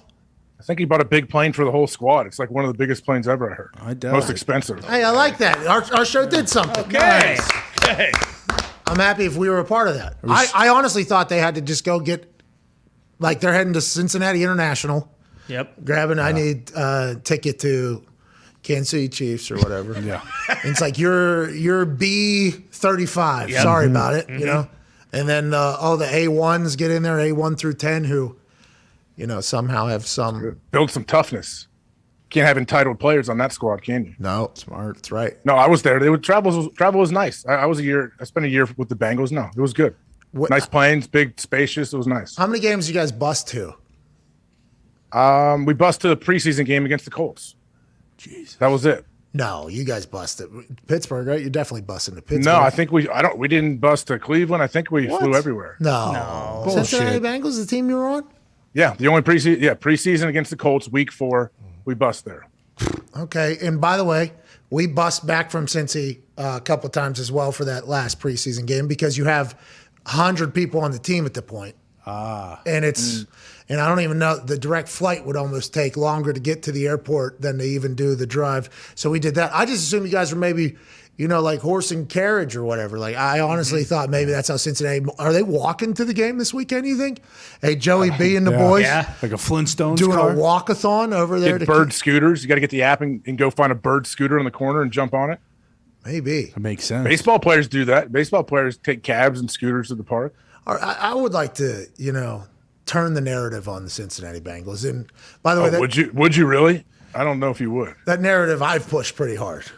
Yeah, you got it. Because it's for the betterment of the team. Yes. They're in the AFC Championship game. I think they're doing okay right now. You're right. And they're the first team without an indoor facility to be in the AFC Championship game for 31 years. Stat that. It's unbelievable. They're debunking all theories that having a place to maybe get better in the extra hours whenever things are maybe not all the way lit up, or, you know, there is a gale forced wind coming off of the highway that we're underneath. I mean, there is just, you know, there is reasons to maybe think about getting a barn. Just get a fucking barn. Yeah. They have metal barns that are like $80,000. Maybe get a bubble that the Duquesne Dukes football team has in Pittsburgh. They're like the 10th or 11th most important football team in the city of Pittsburgh. And they had a dome over their goddamn field. I mean, that is just what I'm saying. Like, if you're in the Bengals and you want extra work, all you got to do, Pat, drive like 15 minutes down the road. Tell Luke Fickell you need to use the bubble that Cincinnati uses, and once the girls intramural field hockey team gets off there, you have plenty of time. You'll be good. They're building another one, I think. University of Cincinnati's building 2 of them. I think they got a whole other one on deck. They should give Luke whatever he wants. New complex. Hey, Luke's still around, huh? Desmond Ridder got another year because he's got the COVID year he can add on, or is he going out? No, he's going. He's going out, I think. And Fickell's I think he's training with Jordan Palmer out there. Nice. Oh, I think I got a DM from Jordan Palmer the other day. Oh, Really? Yeah, I think He's been on the show. He has, yeah, absolutely. Draft special. Yeah. Where's the Carson? Bobblehead. He never sent it to us. What about the Heisman? He owes that, yeah. Oh, wait, Duquesne's Whoa. Good guy though. Gave us good conversation. Yeah. Talked about Joey Burrow. Mm-hmm. Trained Joey Burrow, Josh Allen. Texting Josh Allen, yeah, before the game. Let's get to a break. We'll be back in 5 minutes. I can't turn on music because his computer broke. The Aviator yesterday. Fucking computer today. God damn. 5G, man. Whoa. Oh, What is it? They're upgrading everything to 5G. Is that what it is? I don't know. Everything stinks though. I'm watching I know. like actual shows that have a lot of money and their shit is looking Terrible. worse than you on a regular basis. Damn near impossible. Oh, there's a lot of big time shows. All of a sudden, the person's on like their computer audio, no mic, no light. I'm like, what are we doing here? hates it. I'm just saying, like, if you're going to be on giant networks, He giant should get mad, networks. though. It makes the quality look so bad. It's tough to pay attention. Yeah. Well, the audio too. Don't be sitting in a gymnasium with no mic where it echoes so loud. Like, it's hard to take them serious. Not to take them serious. It's hard to stay with it, I guess. Yeah, I mean, Chuck Pagano just called us from a villa in Mexico. Yeah. Sound pretty good. It does. He has Hey, good internet. I saw a portion of Chuck. What did Chuck say one time? I can't really get into much detail about that right now. Talk about that off air. Yeah. What was that? What was that? Who was that? The text. Was that Tina? Did Tina think he was already done or what? No, because Tina was in the right room. there. She was already in the room okay. at that point. What text did he get? Yeah. You find out off air. He's probably listening right now, staring off at the ocean. You know, Tina, they're talking about the text I got from Roger Goodell. I mean, who did he get a text? That is very interesting. We're just weeks away, by the way, from Super Bowl. We will be at Radio Row Tuesday all the way through the weekend. Some big surprises being planned. Oh yeah. Hey, AJ, you don't even know about what's the most recent? This might be my most proud work. I'm pretty excited about it. Okay, I can't wait. Are you going to the game? No. We said through the weekend. Yeah. Through Saturday. Saturday starts. Does Radio Row go on? Radio Row is not going on Saturday, is it? No, but so through the weekend would indicate that I'm going through Monday. I meant through the week. Yes. To the weekend. Sweet. I think it's gonna be awesome. I don't even know the surprises. I don't know the setup, but I'm ready. I don't know if everybody else is going to be. And I don't know what etiquette is and code is there. Sure. But we're kind of going. Yeah. Yeah, we're kind of. There's no code. There's no etiquette. Yeah, it's our first and we're last. going to find out, I think. Yeah, we're going to find out. We're going to have nothing bad. We're just going to try to put on I'm going to try to put on like a banger, I think, every single week down there. Like or every single day down there. I think we should have a good shows down there. Absolutely. Are you kidding? I mean, it's the Super Bowl. Let's do it. It's in LA. Well, and it's every other show too, you know?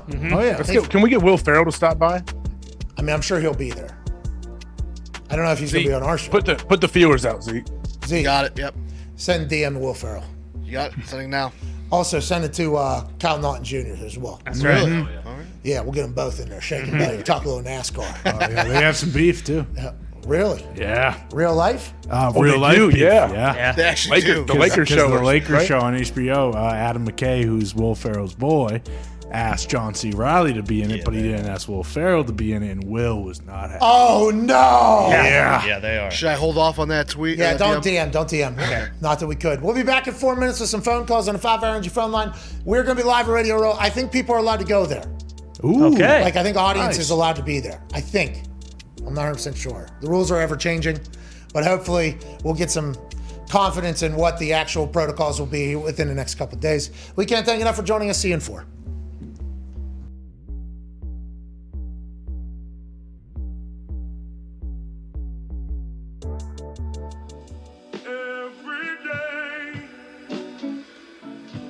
I'm on South Carolina Upstate plus the 7, Providence plus the 8, Navy minus the 7, St. Joe's minus the 3. That's against company.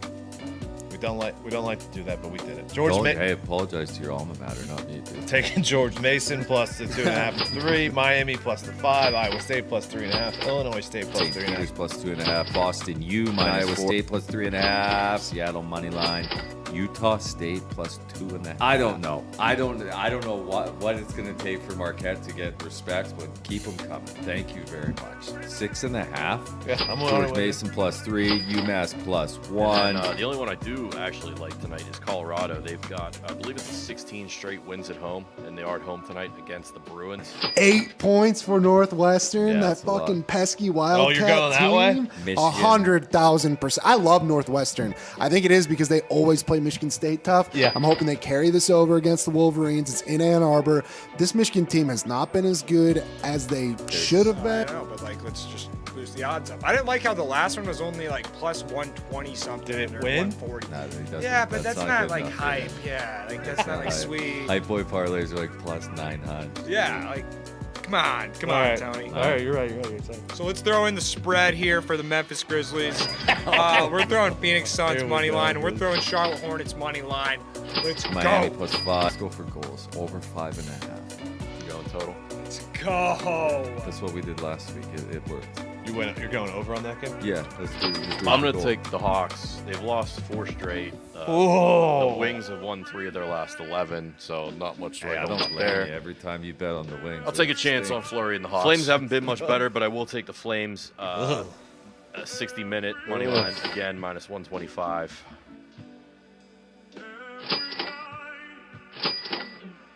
when I come to a decision, I should probably come on your show first, right? Hey, And come make on in, dude. Come on in. Whatever the Maybe water's. I'll come to Indy, and we can do it in person. Yes. Put the uniform on. Oh, yeah. Yeah, do the whole thing. That'll be great. It'll be like a high school person, Yeah. And they're either picking up like the golf visor, I'm retired. Everybody fuck off. Or if you're doing the whole thing, we'd love that. We'd appreciate that. And even if that doesn't happen, I want to let you know we're all pumped for you, thankful for you, and hope that you can find happiness forever in whatever you decide. I appreciate that. I appreciate you guys and coming on the show. It's a lot of fun. Thanks for the forum to talk about things that are important to me. And thanks to all you guys for asking some good questions, as opposed to, I think, some of the rhetoric out there. You do ask some tough questions. AJ probably more than anybody, because he has this subtle way of weaving in these inside jokes that him and I have had for the last 15 years in a way where nobody quite understands it, except for maybe me, him, his wife, Nate Weir, Spencer Havner, maybe a couple other people. But I do appreciate our time every single week. It's a lot of fun. You guys do an incredible job. I'm so happy for your, the money you guys have gotten to keep doing the show. You guys deserve every freaking penny of it.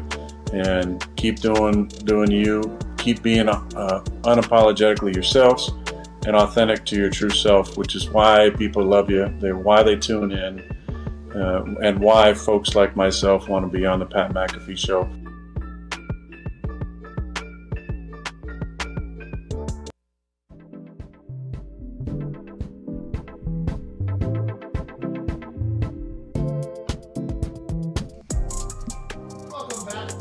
Welcome back to the Pat McAfee Show here. Glorious Thursday, January 27th, 2022. A lot of news happening. Eberflus, now the head coach of the Chicago Bears, formerly Colts defensive coordinator. Byron Leftwich allegedly basically signed, sealed, delivered Jacksonville Jaguars head coach. Nathaniel Hackett, offensive coordinator for the Green Bay Packers, head coach of the Denver Broncos. Big Ben Roethlisberger officially retired. Now we have Tom Brady responding to Ben Roethlisberger's retirement in a beautiful fashion. Remember, we learned in a piece this past weekend on ESPN or NFL Network or Fox, one of the pregame shows, in an interview with his teammates, Tom Brady does do the tweeting. Although there's probably some stuff his team creates. I believe it's Shadow Lion is an incredible. They do a lot of they are unbelievable. He's awesome. Yeah, very, very talented. But Tom Brady does his own tweeting. He said Ben defied the TB12 method in favor of the throw some ice on it method his whole career, and ended up an all-time great with 6 Pro Bowls and 2 Super Bowls. There's more than one way to bake a cake, says Tom Brady, in showing his respect and appreciation for Ben Roethlisberger's football career. Did you get emotional watching that? I know your brother played with Ben Roethlisberger at the University of Miami. I know he's an Ohio guy. He was real rugged and tough and blue collar. Probably a guy you absolutely love to, be a fan of and hated playing. What were your thoughts on Ben Roethlisberger's retirement? And is he a Hall of Famer? In our eyes, he is. But I guess that is an actual conversation happening right now. I mean, I didn't think it was even a conversation. I thought Ben was absolutely a Hall of Famer, and I don't like to jump into that argument because I don't know what the voters are looking at and whatever. But I think he's a Hall of Famer. Ben. It's unbelievable what he was able to do for so long. I think it's cool with Tom tweeting that. It's true. Like there's more than one way to go about it, man. Like everybody has to do what works for them, and this worked for Ben for a long, long time. So he didn't. I think Chuck told you he's like Ben is a sneaky athlete. I don't even think he's a sneaky athlete. Ben is just a great athlete. Like Ben can play all sports. I know I've said on here before. I think Ben was a great basketball player. He was a receiver, obviously, before he played quarterback in high school. So yeah, just he's a. If you think of the Steelers, you think of Ben Roethlisberger. He's a great ping pong player, huh? I would assume he's really good. Good on Ben. Yeah. And he wore that shirt that said different, coming into the one season. Everybody like, look at Ben. He's looking thinner. He's done. Just got a haircut and got tan. That's it. He said, I haven't changed shit. I just want to let everybody know that. I mean, obviously, I've become more religious and I found the Lord. But when it comes to my body and maintenance, it's gotten me 17 years basically in the NFL. I'm going to continue to do what I got to do right now. Tone Diggs, what were you about to say? No, he's just going to be beloved in Pittsburgh forever. He said he found a home. He did. Boom. By the way, is he staying there? By the way, AJ, we saw. I was watching the NFL film / Steelers put out a 10-minute recap of the career video. Rookie year. Wow. Oh, really? Rookie year. Oh, Ben did that. You know what? I think Ben did that in college, actually. Oh, really? He was sending love at Miami. Well, I think Ben's mom died when he was young. And so he's a stepmom, but his mom died young. I think maybe that was to her. He did invent it, obviously. Aaron stealing it, still steals it, right? Wow. You guys too. Wow. The fact that Ben's sending a cease and desist soon, I bet. Well, especially if Aaron plays next year and Ben's sitting at home watching, he's like, this son of a bitch does it every game. Yeah. Kidding me? I mean, what are we even doing here? And I love the fact that you just broke some incredibly serious news to us, I think all of us, and then ended it toxic. You know, and that's what you can. I think he was honoring his mom. Like, it's terrible, awful, but I think that's what maybe started it. What's cool, I'm happy he does it because it has become synonymous with Ben Roethlisberger, and it's a positive message, isn't it? Yeah. It's a positive message. Love. Come on. I love you. And like Chuck said, I'd be surprised if he wasn't first ballot. Yeah. Well, Barry Bonds isn't in. That's right. I hope Ben does TV. I don't think he's going to do TV. Why? He might pop up here and there. That'd like local radio. What if he did local radio in Pittsburgh? That'd be with Mad Dog. With double M. Mad Dog moving to Pittsburgh? Not Mad Dog. Double M, I meant. Mark? Oh, man. Mark Madden's not going to be happy that you confused him with Mad Dog. I didn't confuse him. Yeah, a little bit. Nah. Mark knows. He's not sensitive. He knows. All right. Let's continue to bounce around some news happening in the world. Dan Quinn says, I don't want to be a head coach anymore. I'll stick at Dallas. I'll be the defense coordinator. I wear my backwards hat. He became Florida Dan in Texas, had success. People have fallen back in love with Dan Quinn and what he can bring with the team because of the amount of success he had with America's team's defense.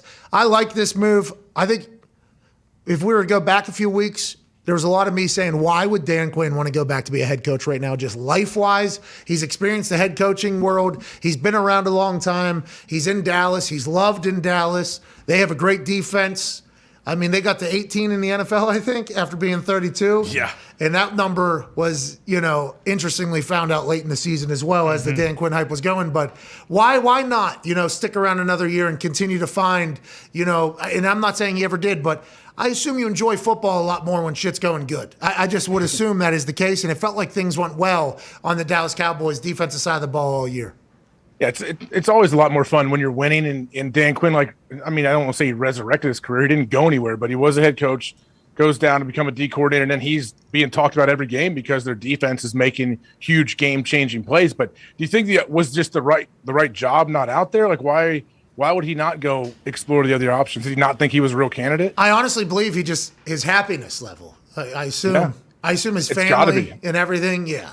And we all often forget about that. And Chuck has told us on this show, and shout out to Chuck for joining us last hour. Great chatting with him, and Matt Gay joined us today. But Chuck has told us, there's only 32 jobs. And when you're a coach, if you get offered one of those 32 jobs, the payment, it's hard to say no to those jobs. But Dan has been there, I assume, and I don't want to pocket watch, I assume he has money. I assume he's in a good position in life. He probably is enjoying being like maybe a baby face a little bit more. As soon as you become a head coach, if there is an immediate success, I mean, you are murdered. And Mike McCarthy is shielding all those right now because they're poor time management and decisions. And he's the hero there. I just, for the sake He gets to coach ball. Coaches like to coach. And now that he's a coordinator, he gets to get his hands on the dudes and coach them one-on-one and run the defensive meeting. Before, you're dealing with a lot of garbage you don't want to deal with. Like, you have to talk to the media every single day. You have to do all this stuff that takes you away from what you wanted to do when you started coaching. But me and AJ have no idea what the thought is because we have never thought in our lives we're supposed to be coaches.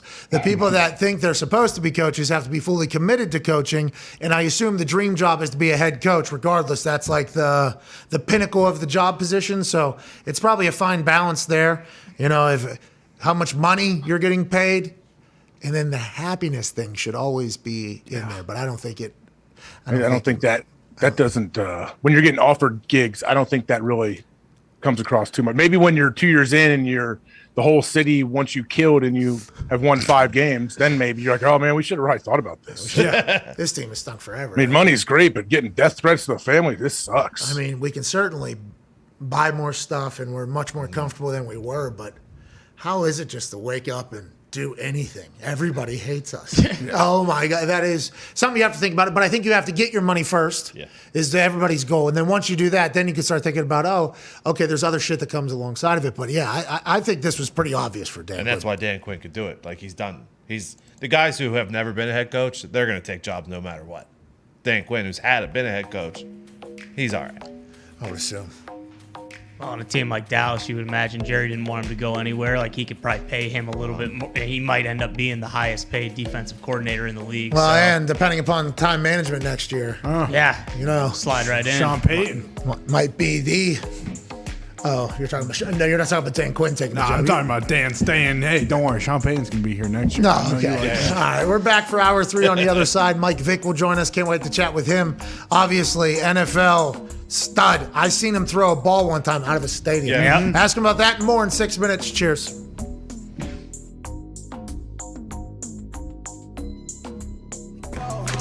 At the top of the class on the road, and it's time to run it up. Yeah, you know.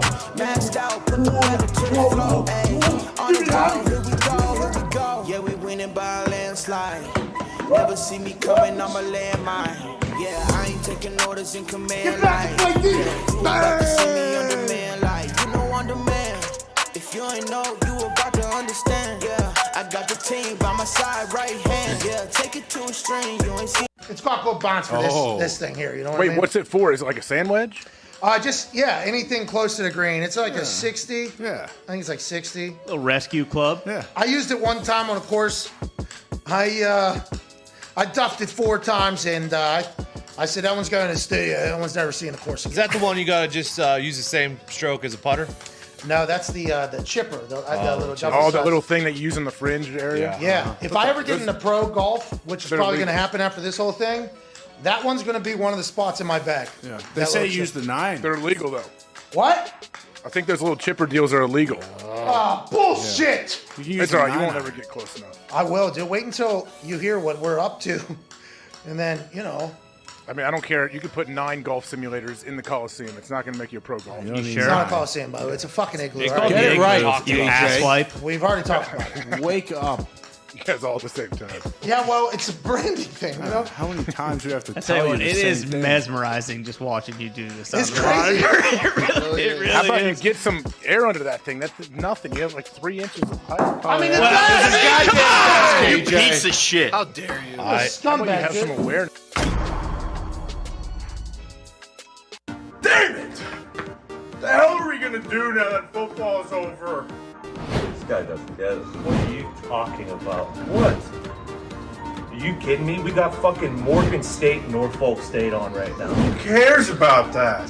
Let me tell you something. That we found out a long time ago, okay? Okay. You win $50 on football? Yeah. Does that make you feel good? Yeah. Okay? Yeah, that's why I'm bummed it's over. Guess what? That same $50, you can win on Morgan State versus Norfolk State.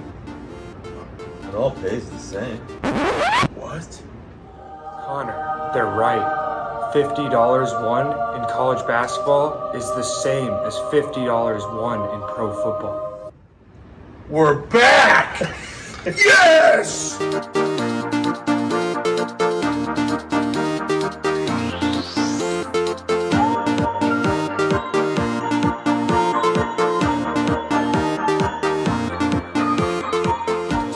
I just saw a picture of you getting out of, I think, a 757 that was from Jim Irsay. What was that, and have you ever been in that plane before? I thought it was like the team plane to fly all of the Indianapolis Colts. Literally, I mean, it's got the logo on it, Pat, and it was awesome. But look, that's just Jim. Pat, I had a wonderful 14 years there. It's obviously the team that I wanted to play for always. I understood the decision he had to make, and no hard feelings. And for him to send his plane to fly me and my son down here, it was a great gesture. A lot of room for me and Marshall. We were throwing the football. So, pretty cool experience. Pretty cool father-son weekend. By the way, as he's moving from event to event right now, you are the best, dude. Where are you headed right now? I'm going to the game. I got Lynch. I got Faneca. I got these guys in the background. Boys, how you? Congratulations! Yeah. Congratulations, boys! All right, Payton. Oh, hey, there he is. Marshall, I hope you enjoyed that plane, pal. Hey, Payton, last thing here. You talking to Tom Brady, you becoming friends with him. It was interesting to watch. Oh, yeah, take the photo. Take the photo.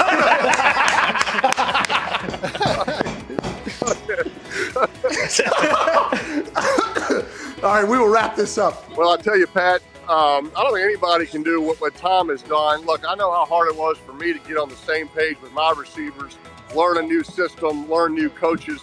But I had a full off season. I was injured. I was rehabbing.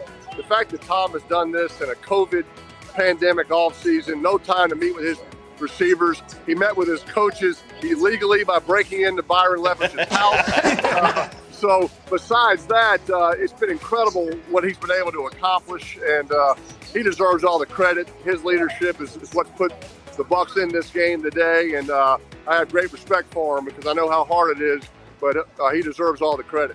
Hey, how did you know Red 18 was coming?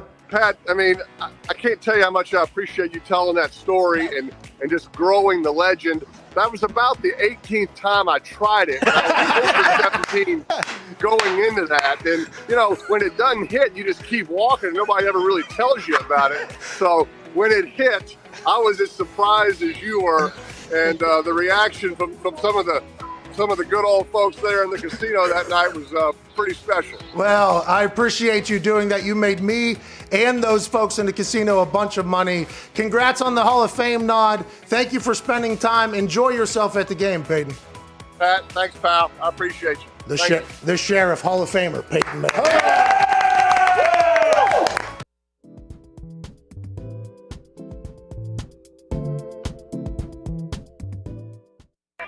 The Pat McAfee Show.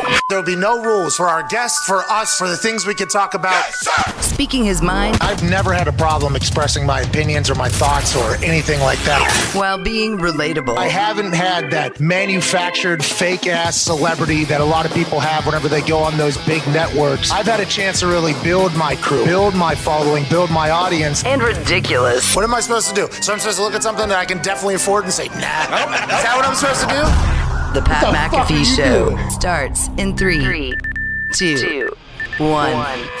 Well, hello, welcome back. Hour 3 on this Thursday, January 27th, 2022. Shall begin right now. Yeah. Hey, that was a good, roll the R's. Great roll. I'm cultured. You know, that's something that is real. And speaking of cultured, here's the toxic table at Ty Schmidt, at Boston Connor, at Tone Diggs is here in his COVID cowboy hat, and the Hammer Dahn Cowboys have been riding to the promised land every single day, basically, for the last 13 months. Last night, this man with that cowboy hat, that beard, sitting in that chair right over there, went 10-1. My God, Tony. Good night. Hey, these are public projected bets as well. He's telling other people, hey, this is what I like. College basketball has been very good to Tone Diggs. College football has been very good for Tone Diggs. Hockey has been fantastic for Nick. He won 3-1 last night on Hammer Dahn. Gumpy won 11-6, betting on every sport that exists, including ping pong, I believe, internationally. Foxy won 1-0 on Hammer Down yesterday on Big Ten basketball. In Mitt went 5-0, including a parlay that is titled the Hype Boys Parlay, which is all the superstars of the evening performing well. It's late in the season for a lot of these sports. The superstars are all going to start performing well. It feels like you guys have cracked the code at Hammered Down, which starts 15 minutes after this show ends every single day at youtube.com/Hammer Down. Congratulations. Thank you. Congrats, boys. To my left, your right, AJ Hawk in an attic. He's a college football national champion, a Super Bowl champion, a Ryder Cup champion, COVID survivor. Joining us for an incredible conversation, first time on the show, is a man whose name is synonymous with NFL electricity. A guy that changed the game completely, not only at Virginia Tech, but then when he came to the NFL, I seen him throw a football out of a stadium. Yeah, that's right. Then he can shake the shit out of anybody. And now he is the host of the Gaming Society Football Show, which airs Thursday nights on Fubo Sports Network at 9 p.m. Eastern Time. Ladies and gentlemen, Mike Vick. Yeah! What's up, dude? What's good, fellas? What's up, AJ? What's up, Pat? Hey, how are you, man? Did you ever play against AJ? Yeah, I was just thinking, 2010, did we play against each other, AJ? Yeah, we did in the playoffs. Mike actually got pissed at me. I'm glad you're on. I think you thought I was trying to bend you back on a goal line play. You were trying to score, and that you started getting mad, yelling at me. I was like, man, I think I might even apologize. Like, man, I wasn't trying to bend you back, man. I was just happy to not have to tackle you in the open field like somebody already had your leg. We still got beef here, or are we good? AJ, you told me to shut the hell up and suck it up. Mike, I would assume that everybody that played against you does remember or have a story about playing against you. You were a player that completely flipped the game on its head, obviously years and generations ahead of time.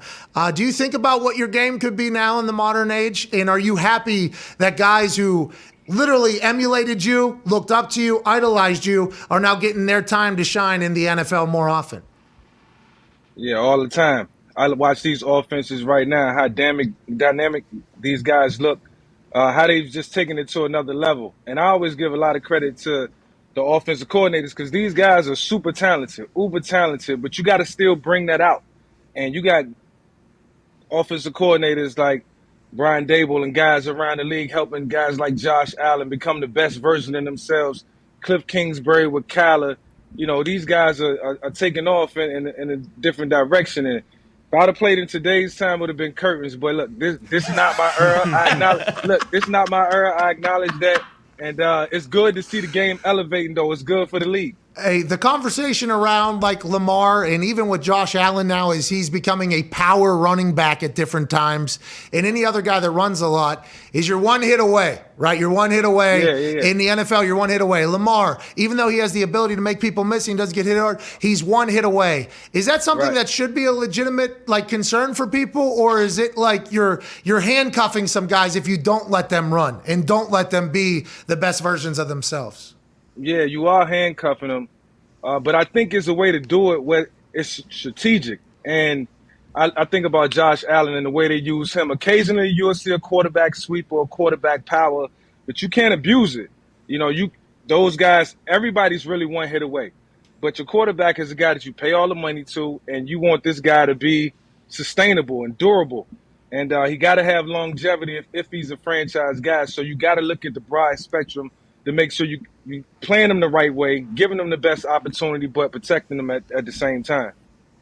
Mike, when you look at these quarterbacks that are left in the playoffs right now, a guy that people always point to, Jimmy G and Jimmy Garoppolo in San Fran, there's all these people want to talk about how he's playing, doesn't have a bunch of touchdown passes and crazy numbers, but the dude wins and his team loves him. I guess when you watch Jimmy play, like what do you see? What do you like about him? I see a guy who's super confident, who believes in himself when the whole world is barreling down on him. He puts himself in a position where he thrives and he excels off, just his personal motivation. You look at his win-loss record, is way above 500. He always make the right play. Sometimes he'll make a play that's goofy, but who doesn't do that? At the end of the day, when you're looking at Jimmy G, he's winning games and he's a leader. And even it seems like his teammates look to him, as a guy who got all the answers. When clock is ticking and who you want the ball in the hands of, and it seems like it's Jimmy G as of right now. He's proven that time and time again. So I think consistency is a mark of a great quarterback. It always will be, and Jimmy G is pretty consistent. And it feels like all of his teammates come out and like put him over. So that means a lot to me. I think whenever ex-teammates come out and say, hey, I like the guy, that means behind closed doors, he's also a guy you would want to be representing your squad. Right. Let's go around some other quarterbacks. Obviously, in this era, Patrick Mahomes has been deemed the next one, right? They're talking about him competing with Tom Brady in his second or third year in the NFL because of how much he's already accomplished hosting another AFC championship game. When you see his game, what do you think about it, and why do you think he's had so much success? When I look at Patrick, I instantly think about Russell Wilson and a young Russell. When Russell first came in, and it was like, where did this guy come from? It was a fast-paced game that he played, but it was under control and it was slowed down to a point where you can't really hit him. You can't get a clean shot on him. He's gonna make you miss. He give you a stutter step. He's not even the fastest. Like he's more in control of his game than a guy like myself, than some of the more elusive quarterbacks who, we kind of get out of control. Andy knew exactly what he was getting when he drafted Patrick. He knew exactly what Patrick was going to be. And it's not surprising to me because I was in training camp with him and I saw the development. I seen him interacting with Alex Smith. I seen him wanting to become a football savant and wanting to learn the game.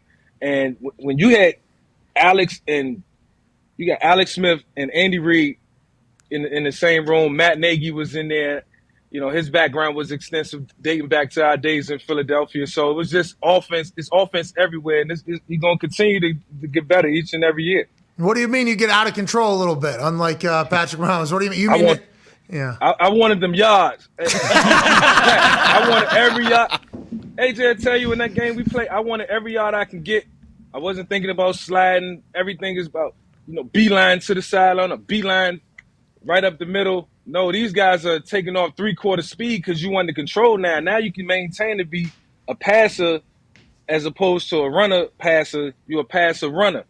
And when I look at my career and look back at that, I'm like, I should have did more of that. I might have had more passing yards. I'm not satisfied with having 22,000 passing yards.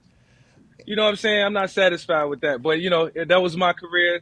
Still had like 6,000 rushing, almost 30,000 yards. Yeah. So, I got to be proud about something, fellas, Hey, you should be, obviously, your football career. And I think you've had your lumps off the field. And I think it's potentially because of, whenever you grow up in a certain way, there is learning curves that come with obviously being thrusted into the spotlight and making mistakes. Do you think not only on the field, off the field, you had no idea how important your position was at the time? Like you said, you're trying to get these yards. I'm reckless, basically. Do you think that moment in that title, in the weight of the world on your shoulders, you didn't recognize at the time? And what was it like going through all of that shit to realize everything I do, people are going to know about and have an opinion about because I'm an NFL quarterback now? You talking about the broader spectrum when you look at the quarterback position and everything it embodies. I think about some of the things I did, some of the gestures I made. I stuck my middle finger up at the crowd. I might have said some things in post-game pressers that, was very vulgar and, created some form of disconnect. And I'd be like, what type of idiot I was. Being in the position that I was in, you're the quarterback, you're the franchise guy of a National Football League, a team in the National Football League, and you don't understand the magnitude of it when you're young. That's why I like where these young quarterbacks are, because they coming into situations where they got people who in the building care about where they're going to be in 15 years. What their career going to look like post-career. You set up properly, you create the relationships, you embody being that guy, you embody being a franchise guy, and you embrace that, and you walk around like that, and you throw your suit on. We used to go on road games, and I used to, have a fitted, a jacket on with a hoodie and jeans, and all my guys around me got suits on and looking good. And I'm like, I'm supposed to be the first guy on the bus with the sharpest suit on, tailored, fitted, and looking like the franchise guy. And, so when you're young, you do certain things that, obviously you think about it 10 years, from that point, you like, damn, I wish I would have done it better. But I see the learning curve, and I'm glad these young guys getting it now, doing it better. Mike, you mentioned some coaches earlier that you played for, and I mentioned it a lot on here. I feel like the most important position on a coaching staff is whoever's calling the offensive plays. They can have the largest impact, good or bad, on the team. How important is that for a quarterback, especially to get to a team where, you have some players around you, but I think most importantly, you have a coaching staff that puts you in position to make plays. And hold on, Mike, before you answer that, I want to add on to that. I assume you and offensive coordinators didn't get along at the time because you just, you were the play, right? Most of the time? Yeah. No, I had good offensive coordinators. I had guys who they understand. Dan Reeves was a great offensive coordinator, and then I got Greg Knapp, who was a good offensive coordinator. I made Pro Bowls with all these guys. Every coach I played for, I made the Pro Bowl. I had some success, so I have to give them credit for that. And it was a lot of hard work in between. But, AJ, to answer your question and just everything in parallel, you have to have a guy who understands your skill set, I think, most importantly. And he has to know, and you got to be honest as a quarterback. Coach, I'm not comfortable making these throws. I'm not comfortable trying to attack this area of the field. If there's a blitz that you're watching on film that you can't pick up in a certain protection, you got to open the door up for questions. You got to talk it through. You got to have that relationship with an offensive coordinator. I think that's so important. And more importantly, I always say, coaches make players. We can have all the talent in the world, but you get with an offensive coordinator who don't know nothing, you're not going to generate offense. And it's just that simple. He has to know you. You got to know him. And when you hear that play call coming in, you got to know why it's coming in.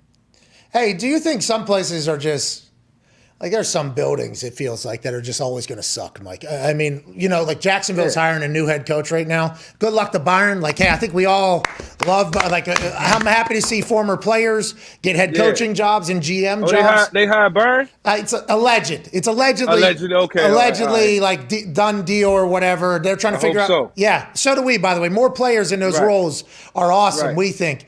But do you think some buildings are just like natural disasters waiting to happen? For instance, and this is not our opinion, but this is a national opinion, basically. Sam Darnold didn't have an opportunity under Adam Gase, and then he gets hurt, and he doesn't have Christian McCaffrey, so we never know if his career is going to be good. Daniel Jones, he has like his 4th offensive coordinator in like 4 years. We don't know if he's ever going to be good. Do you think there are some situations that is very valid, or do you think some players can rise above all that bullshit, and they're the reason why coaches stick around and why there is consistency?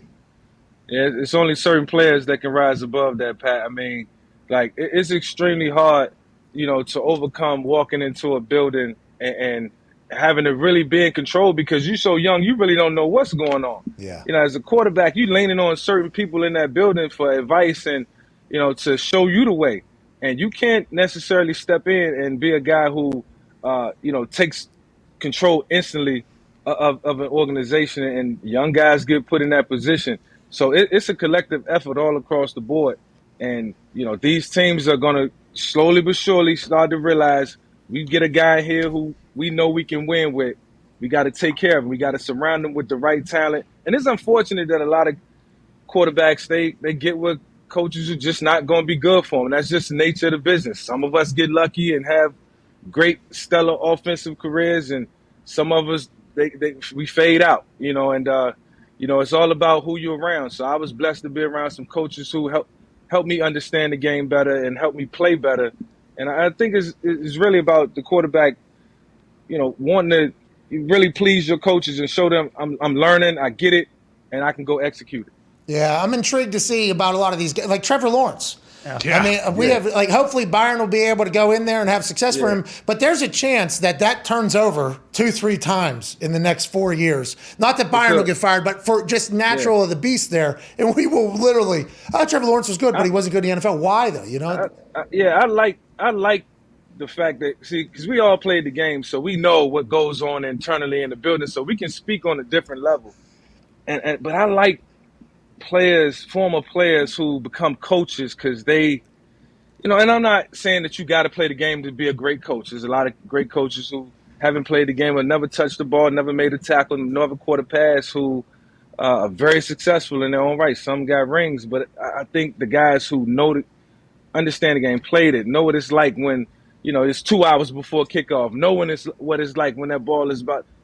You can give guys the answers that they need to calm them and settle them down and kill that anxiety so they can go just be the best version of themselves. So, I think that kind of, as players become coaches, it translates. I just think about D'Amico Ryan and the job he's doing now.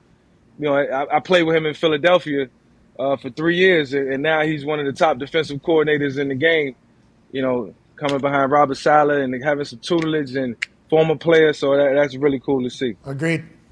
What about the Bengals and Joe Burrow? So I live in Ohio, so there's a frenzy out here with the following the Bengals. Are you surprised at all to see the Bengals? Yeah, we know how great they were for the regular season, but I don't know if everyone expected them to get this far and have a chance to go to the Super Bowl. Are you surprised at all? I'm going to be honest with you, AJ. I'm very surprised. Why? I'm very surprised, man. Like, I can't sit here and say, no, I'm not surprised. I knew Joe Burrow had the talent.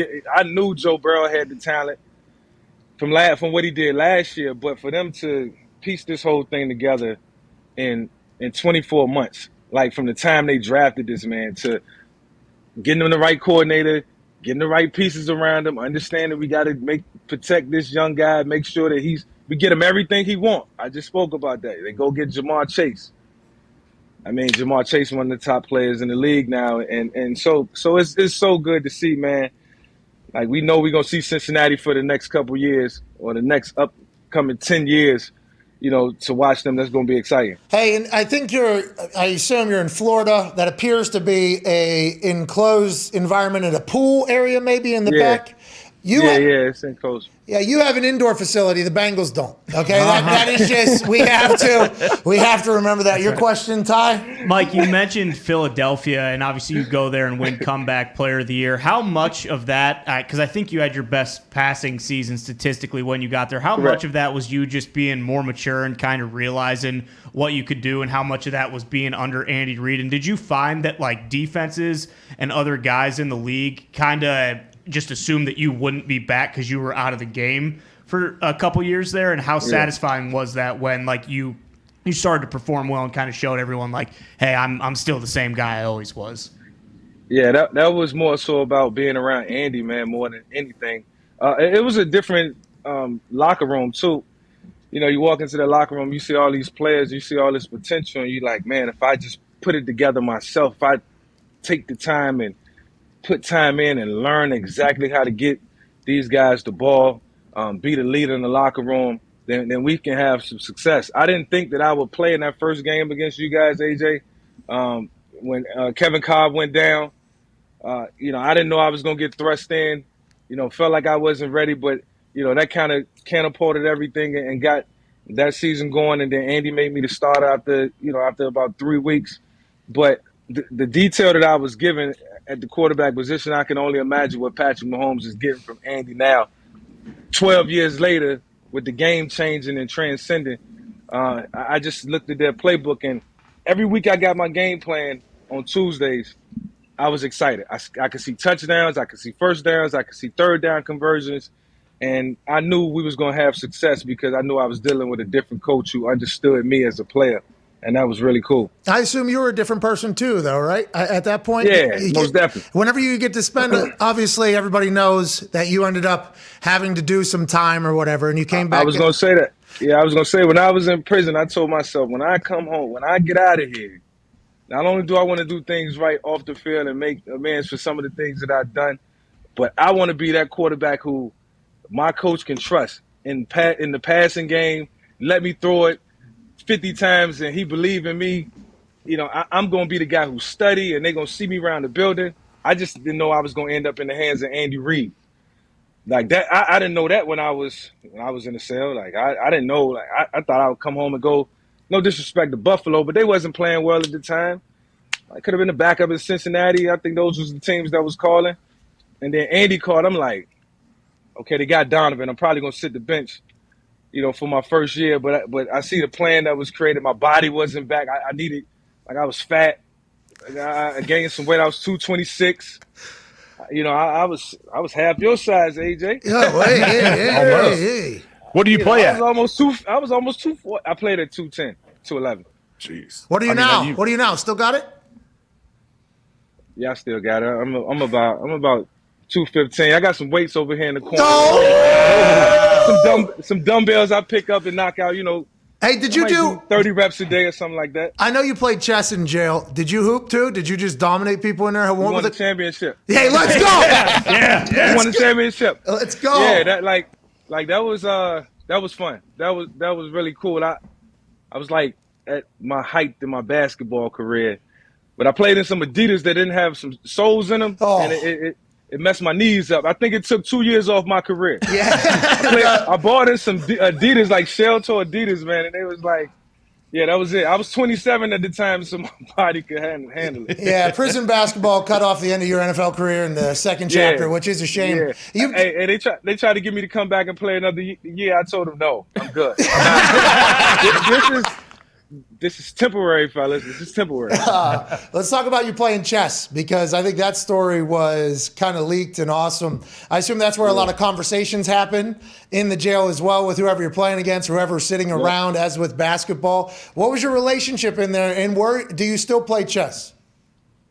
Man, I love chess. I played chess before I played Madden, and I love Madden. Well, you were Madden. Shout out to Madden, man, the great John Madden in the video game. We all love Madden, man. But I will play a game. Before I go play golf, I might sit and play a game of chess. That's how much I love chess. That's how much I love the competition and, you know, the sitting across from another man or females. They know how to play too, and they be pretty good. Like, you know, a hell of a lot smarter than us. So you're going to get everything, you know what I'm saying? You're going to get everything that you want when you sit down to play and you touching them pieces, and sometimes it might take 3 minutes to make a move. And you're trying to figure out what he trying to do, and he trying to figure out what you. It's the coolest game ever, man. Maybe we can get a game. Any of y'all know how to play? Well, I'm fucking closed Sicilian, dude. All right, I just want to let you know I'm coming with the closed Sicilian. I learned it from Queens. Okay. He didn't know how to That's play. a cool move. Mike. I'm gonna be looking for that. Well, I also got the open. Don't worry, I got the open Sicilian. I got a couple openings. Yeah, I watched Queen's Gambit, and I picked up a couple of the terms. Did you watch? Nice. Did you watch that? And did any of it? Did it make sense to you? Are you like at a level where you'd feel comfortable going against those people that do that shit full time? No. Hey, so look, quick story. We had a chess club in Philadelphia, and we used to invite all these kids and teach them how to play chess. And I watched these kids just play chess every week. We'll sit down and we'll play, and then, this one kid kept, challenging me, and it's like 12 years old. I'm like, I'm ready. And this is the day we having like tournaments, and I got eliminated in the first round. 12-year-old. I got eliminated in the first round by a 12-year-old, and his moves was like precise and calculated. And I came in, I came in with my opening, and he was negating some stuff, and I tried to move, and I ain't see something. And next thing you know, he took my queen, and it was over. All right, let's talk about what you have going on. Very, very excited to chat about the Gaming Society football show, which airs tonight and Thursdays at 9 p.m. Eastern time on Fubo Sports Network, alongside Dave Anderson, who I looked at. He's a restaurateur. This guy, he's a restaurateur. How'd you meet up with him, and what's the show about? Well, Dave used to play in the league, so one of the guys that I knew, I did some work with over at Fox Digital. He was on a different platform, and he called me and asked me, did I want to be a part of it? Asked him and Kevin Garnett got on the phone, along with Dave Anderson. I know Dave from his playing days in Houston. So they told me what the Gaming Society was about, sports betting platform. As we came up, as we played, we was taught to stay away from sports betting. I knew nothing about it, how to do it, but it was an opportunity to learn. And once I found out what the Gaming Society was going to be about, I thought it could help a lot of people like myself who didn't know about sports betting. So it's a cool platform to be on. It's cool to talk sports, cool to sit with Dave, across from Dave, and learn, how to sports bet and all these intricate ways to place bets, man. I think it's really cool. Well, we enjoy the fact that you're diving into the sports gambling site for sure.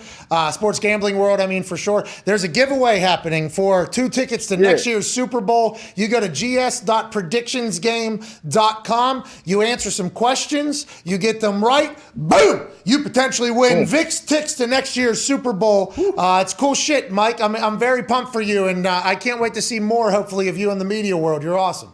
No doubt, man. Thank you, man. I'm looking forward to it. Hey. Legit, I hope at some point, when you're sitting in that incredible pool there and you got those weights, you think about like the full change in your life that you've been able to kind of be spotlighted by, and the amount of people that probably look for inspiration to you. That's a very cool thing. Yeah, no doubt, man. There's a lot of people who helped me along the way, man. I got to give a lot of credit to, and I'm still growing, still learning. Anytime y'all want to have you back, man, I love to be on the show. It's an amazing thing y'all doing right now. Keep up the good work, baby. Hey, we appreciate you. Ladies and gentlemen, Mike Vick. Yeah, boy! Tell you what, I can't believe you tackled him. I just assumed you missed him every time. Well, no, that's what I'm saying. He was already wrapped up. It was like he was on a 2 or 3 yard line going in. So I was just jumping on the pile. You were pushing back with like your body. It was one of these? I didn't view it that way. I guess he did, yeah. Well, you told him to shut the hell up. Did you say those words to him? Yeah. No, I didn't say that. Yeah, you did. Hey, Mike, why don't you shut the fuck up? I think I was confused. I was like, what are you doing? I didn't think I was doing anything. Oh, there it is. Well, that's one of them. That's not. That's a different one, yeah. That's probably afterwards, after you told him to shut the fuck up. I'd assume he was playing close Sicilian on you. Yeah. There's a better picture that I saw. Woo! Did you cause a turnover? Oh, it should have been a fumble, probably. Looks like a fumble. Was it not? No, I don't remember it being a fumble. Well, his arm speed's so fast. That thing's coming forward quicker than he was so good, man. He was so scared to try to tackle. Whenever, and I don't think I ever was on a team that played against him. I'm not sure. I don't know, but I used to hear stories about them bringing in somebody to play for the scout team, And it's like it would not be a quarterback we're bringing in. We're bringing in a corner who's maybe a little bit taller, who can throw a little bit.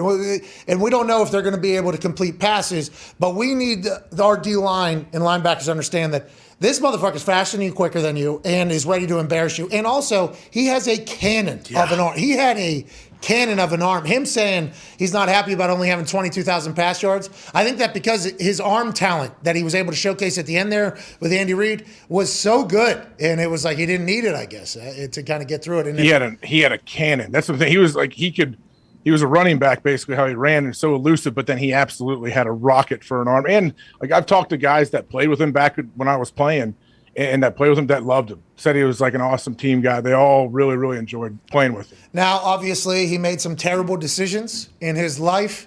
He was in jail numerous years, right? Oh, yeah. 2, I think. 2 years like in jail. 18 months or something. And there's people that still are not over what he did, obviously, and that'll never happen. But I think watching him, and there was accountability in his voice. It sounded like kind of evolve and learn and respect his position in life and everything a little bit more is something that happens a little bit slower for some people from different areas than others.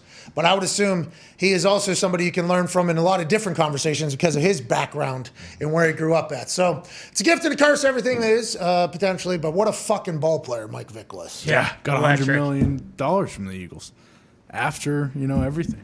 It's pretty unbelievable. The Mike Vick experience. Sweet commercial he had. Yeah. Madden hasn't been worth a shit since he was on the cover. Was that the video when he was throwing at guys and they'd catch it and fly back 15 yards? Was that real? Or? I think that was a whistle tip football. Yeah, it was a different commercial. Yep. I think it was a whistle tip football. The Mike Vick experience is when the guy's in like a roller coaster. Yeah.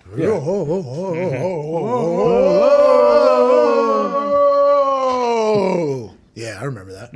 Good commercial. I was mad. That's right. Seriously, though, Madden has sucked ever since 2005. Put him back in the game. We're back in 4 minutes. We'll answer some phone calls, wrap up this beautiful hour 3, Thursday, January 27th. I'm going to scan the internet, see if anything has happened since we've gone live. Has anything happened? I think I've seen so far. Okay, great. All right, we'll go to the phone calls. 1-833-4-McAfee. Can't wait to chat with you. We'll see you then.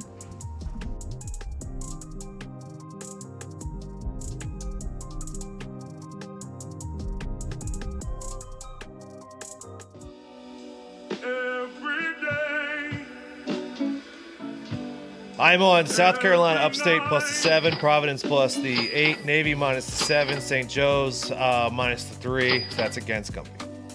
We don't like to do that, but we did it. Hey, apologize to your alma mater, not me. Dude. Taking George Mason plus the 2.5 to 3, Miami plus the 5, Iowa State plus 3.5, Illinois State plus 3.5, plus 2.5, Boston U minus Iowa State plus 3.5, Seattle money line, Utah State plus 2.5. I don't know. I don't know what it's going to take for Marquette to get respect, but keep them coming. Thank you very much. 6.5. Yeah, I'm on George Mason plus 3, UMass plus 1. And, the only one I do actually like tonight is Colorado. They've got, I believe it's 16 straight wins at home, and they are at home tonight against the Bruins. 8 points for Northwestern. Yeah, that fucking pesky Wildcat you're going that team. way? 100,000%. I love Northwestern. I think it is because they always play Michigan State tough. Yeah. I'm hoping they carry this over against the Wolverines. It's in Ann Arbor.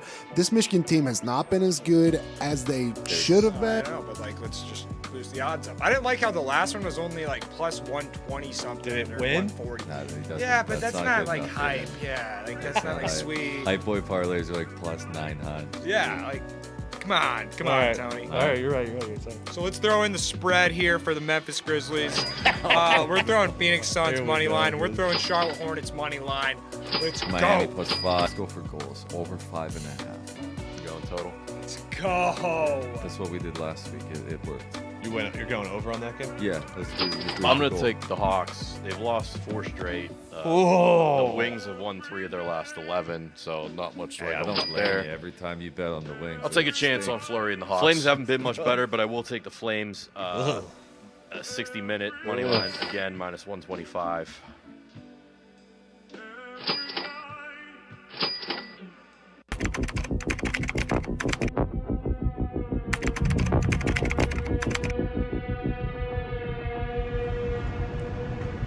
I want to tell you a story. A story about a young man who once had a gambling problem, perhaps, before all these FanDuel sports books. The greatest app, the greatest place to gamble existed. There were bookies. There were illegal gambling rings. And one time, yes, I was part of one.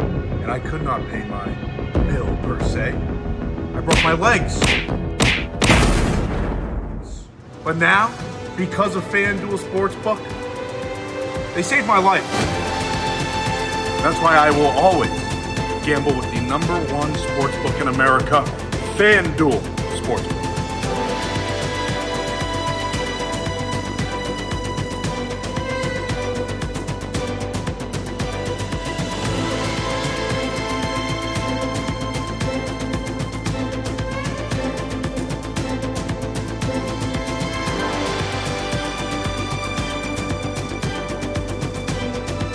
First hour.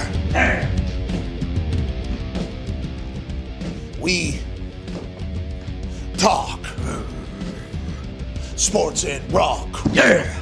With AJ Hawk. Yeah. This is not a mock. Yeah. Of a song that's rock. Yeah. Sports talk. Sports talk and rock with AJ Hawk. Yeah. Rock. Hell yeah. AJ Sports and talking on the rock. Yeah. The bone. Yeah. Go on home with AJ Hawk. It's rock. Yeah. Sports. Yeah. Welcome back to the Pat McAfee Show here on Thursday, January 27th, 2022. Great to see AJ Hawk rejoin us. There were some questions. I don't know if it's 5G dropped out or not. Ty Schmidt here, Boston Connor here, Tone Diggs here, co-host of Hammer, Dahn. They're on a heater right now. So 15 minutes after this show ends, which will be much earlier than normal because we would like to get to their picks because they are on a heater right now. We'll go live at youtube.com/Hammer, Dahn. Hey, congratulations, you boys. That feels so good. I can't imagine. The winning nights are good. What are you betting on? What are you guys winning on? NBA basketball? Right now is college basketball for Gumpy and I. And he's obviously still doing the footy. That's soccer. Soccer. Mitt's our NBA guy. Foxy comes in for Big Ten. Nick does hockey pretty much right now. Foxy's on a run right now in Big Ten. Big Ten basketball might be the most predictable basketball in all of basketball. It hasn't changed for 20 years. If you've watched Big Ten basketball at all in your life, you know exactly what's going to happen. Now, those are big words for a guy that's in the middle of a heater. It's serious. Careful. It does feel like that is the game. Oh, yeah. Foxy has come in with a Big Ten basketball bet, and there's never been any doubt in his voice at all. He's like, they did this last night. Yeah. They're going to do this tonight. That is just the way it goes. If you can get like +8, that usually is a good case because all Big Ten games are close. Is that because the refs? Could be. Question. Make more sense. Are they in on the take, AJ? Like old, Donahue? Was that his name? Yeah, Timmy Donahue. Yep. Did you have him on the show? Talk to him. Yeah, he was very forthtelling. Yeah, he wrote a book. I remember I read his book.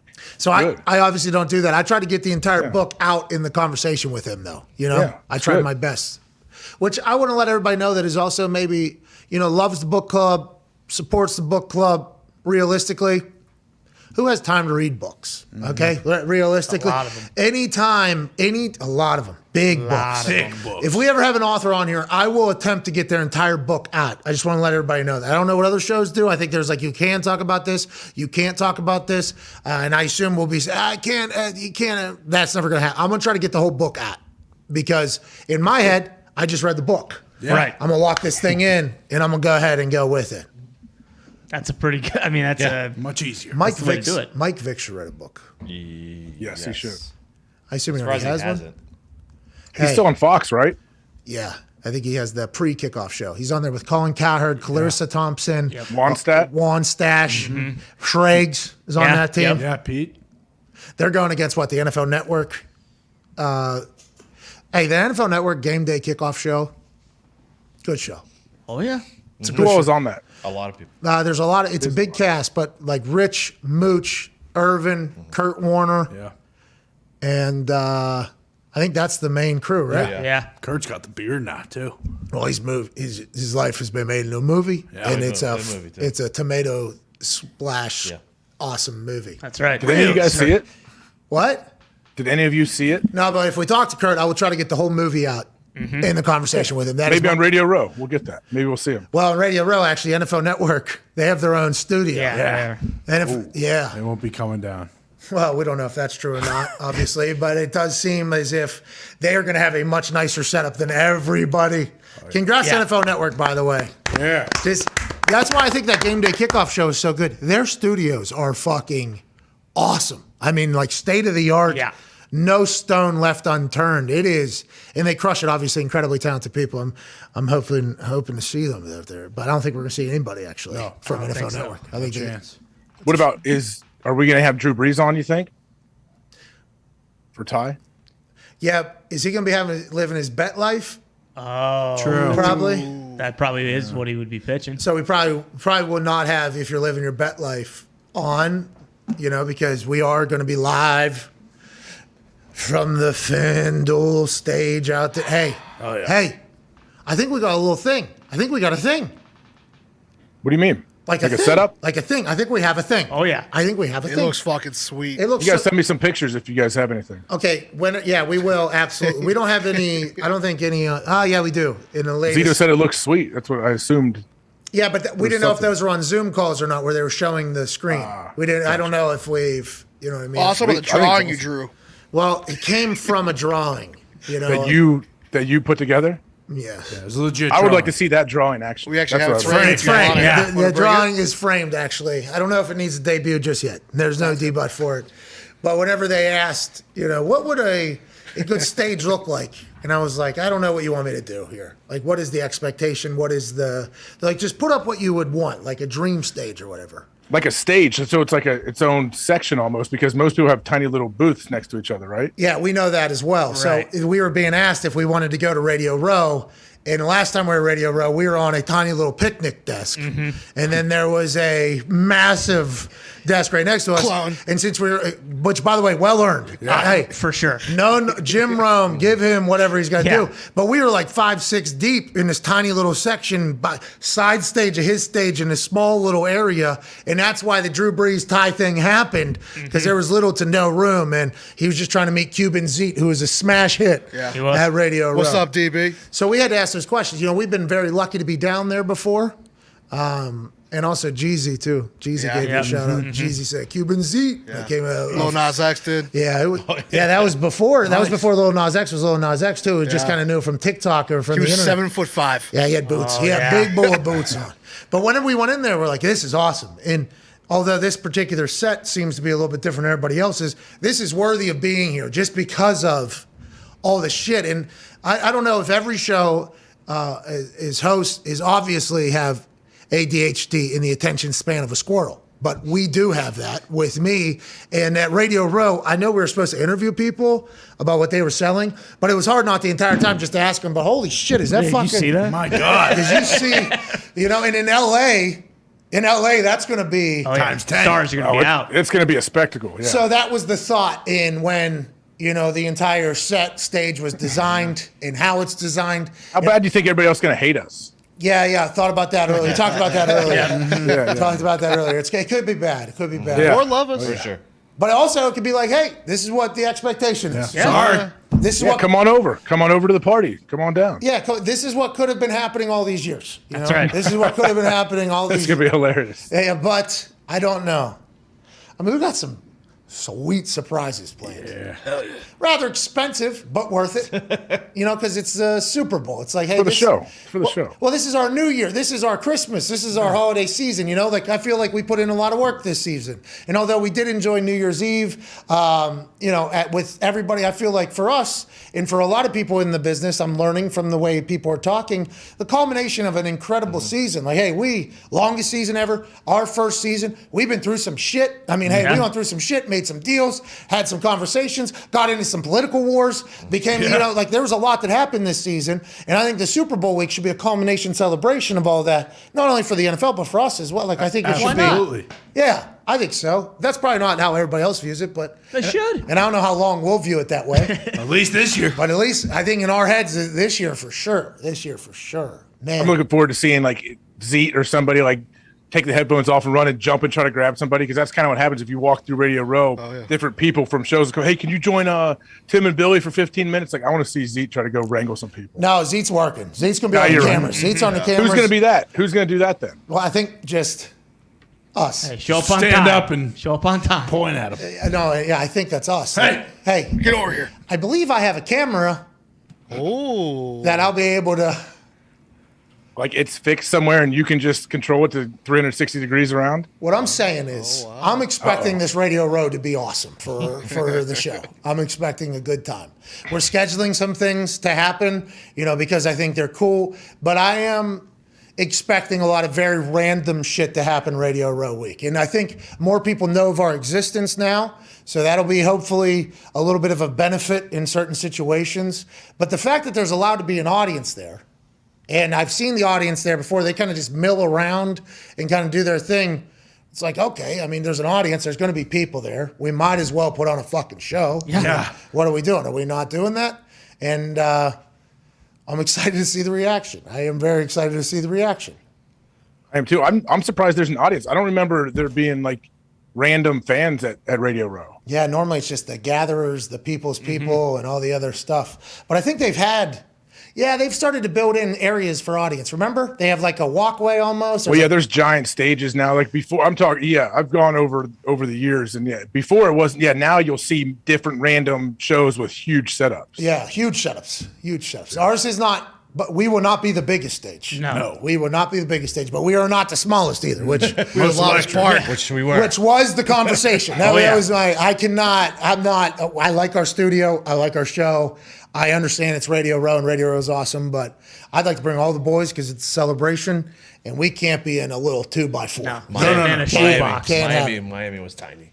And hot. Yeah, very hot. And then you look over and Joel Osteen's on a stage the size of, Joel Osteen Jerry World down there. Yeah, he was. He was selling good stuff. There. He was. I don't think Joel Osteen was there, but everybody else was. And some people had massive stages. So it should be fun. I hope people come see us and enjoy it, but I don't know how many times we'll get to do this. Especially after this year. That's what I'm saying. Hey, I think Promoting the game, man. We're promoting the NFL. Exactly. that's right. That's all we're doing. Grow the game. At what cost? Different ways to promote it. So we might not be able to. I mean, Oh, no. FCC regulations with shows next to us, right? Because everybody's kind of right next to each other, right? Yeah, well, they can go to commercial. When we're talking. You mean, you're worried they're going to overhear you? Yeah, well, I think, right? Don't you kind of hear That everybody? ain't our problem. Yeah. You're right. Yeah. Lower the gain down on their They're not mics. censoring themselves for everyone else. Yeah, I don't have to have on my show what they're saying. No. Yeah, how about my FCC regulation? I don't want to have that shit on my airwaves. Exactly. Pretty simple. That would be so. What if I did take that stand? I don't want his voice on my show.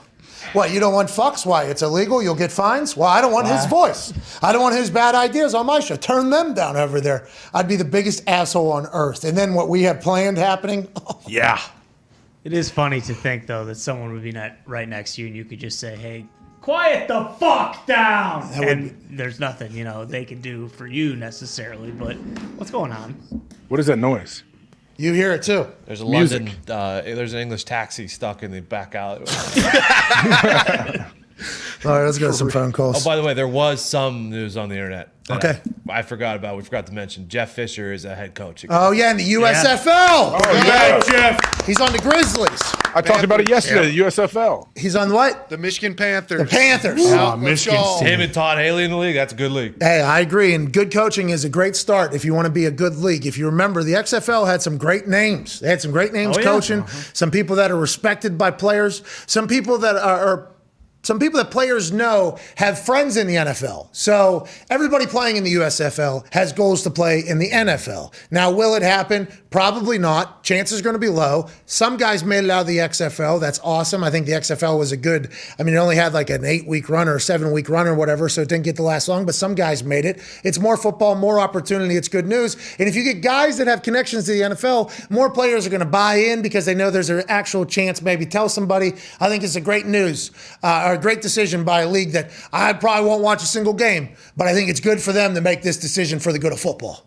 Okay, so when do the games start, and like where will that Michigan team play? What stadium? Yeah, so I actually looked this up. The Michigan team, I don't think will have like a specific stadium. I think they're going city to city and all playing at the same spot. I could be wrong. So it's like events. Yes, I could be wrong, but I thought that's what I read. Not. Pittsburgh team's playing in Pittsburgh. Well, they're probably hosting an event in Pittsburgh. River Hines. They're playing at the River Hines Stadium. Or right down there on the river. Yeah. Oh, Okay. it's going to be beautiful. What kind of stadium is that? Who plays there? The River Hines. The River Hines. Okay. Well, it's the Pittsburgh Pirates. Professional soccer team. Listen, okay. I had dreams of playing for the River Hounds at one point in my life. It's a beautiful stadium right on the river. They came into existence when I was a teenage soccer player in Pittsburgh. They were originally the River Dogs, I think, but there's a baseball team in Carolina named the River Dogs that sued them. So then they became the River Hounds. And I'll tell you what, they're a pretty well-run machine. They're still around. This is a hell of an existence, like 20 years for a minor league soccer team to continue to exist. But those guys good ball players. You know what I mean? Good ball players. So they're not in the MLS? League right below it. What's it called? We don't know. Okay. Oh, okay. All right, but it's fucking River Hounds, dude. They win it. That's good. I'm sure they're a great squad. They've been around for a long time. I'm very surprised with how long they have lasted. Beautiful stadium. You know, you can go out for a night at the pitch. They're in the USL. Take in the views of the city. Okay. Big soccer show, dude. Yeah, of course. Goddamn right. We're talking about the feeder system of the MLS. Hey, what was that guy's name? Eric Winalda. Yeah. Fucking mate, we might be the most in-depth soccer show going. Right now. Yeah. Speaking of, there's a game tonight. Yes. I believe. I believe that. I believe that we. I believe that we will win. I believe that we will win. I believe that we will win. Are you going to the game? I will not be there tonight, but I will be cheering them on. Oh, because you're going to the Ohio State-Michigan women's basketball game with your daughter. You told us that before. Gumpy, you making the pilgrimage over to watch the United States soccer team with Christian Pulisic playing and coming out and talking about all the different positions he's been forced to play with that English ball club to not even be named? Bullshit. Playing El Salvador tonight. How's the weather over there, AJ? Chilly? It is very, very cold, yes. Yeah. Gumpy, I'm 100% sure you're going to have a bet about this game on Hammer Down. I don't want to give anything away, but a teaser, fucking America money line, America -4. What are we even thinking here? Yeah, I'm on the 5 o'clock Greyhound actually to the game. Here we go. Okay, here we go. All right. Now we're talking. Traveling like the Bengals. Yeah. It's not as bad today, actually, as it was yesterday. All right. About 20 degrees warmer, I saw. Hey, you know, today the car turned on, though. That's good. I get it. Hell yeah. Let's go to the phones. El Salvador's fucked. El Salvador's no chance. No, we actually might win 10-0. So we were talking about this off air. People going to play at Lambeau with the snow. I feel like it's almost like a celebration. Like, hey, we get to play in Lambeau in a snow game. So maybe that's why opposing teams have had so much success, because the home field advantage, I think I overestimated it a lot. I think a lot of people did, especially when you look at the stats of the home field advantage at Lambeau. But I think when you go and play there, it's like, holy shit, I'm a part of NFL films right now. Like you feel like you're in a movie almost. So that might actually be a benefit for some players going into a terribly, weather game in Lambeau. But El Salvador, this ain't a celebration to go play in Columbus. I don't think that new stadium's legit. I bet they're going to be pretty excited. No, it's a welcome to the jungle situation. Is it? You guys are going to pack Soccer's a warm weather sport, though. Why are they doing it? Why don't they play indoors somewhere? Nah, they play elements. I don't play indoors. You're right. What is okay? So what does this game do? Is this a friendly? No, it's World Cup qualifying. Qualifier. Oh, okay. So it means something. Yeah, it means everything means something when Christian Pulisic's playing, dude. Hell yeah. Why doesn't he play then on the other team? Well, I had a lot of those questions as well because we were losing games. He should just quit that team. Just come play in America, man. They're just pissed that we figured it out. And, we're the pipeline now for all the big leagues in the world. The MLS? America. God bless it. God bless America. God bless it. Which God? All right. Whichever one you believe in. Now, that's Pandora's I'm not getting box. into it. Let's go to the fence. Let's go to David Michigan. Did you high five Kid Rock sitting directly behind you at SmackDown? There was a fist bump. I saw the video. Was he really right behind you? Right behind me, yeah. Oh. Is that his daughter that was sitting on his lap the entire time? Yeah, it's AJ's goddaughter. That's who he's talking about. Let's go to the phone. That was quick, Connor. Yeah. Let's go to Dave in Michigan. Dave, what's going on?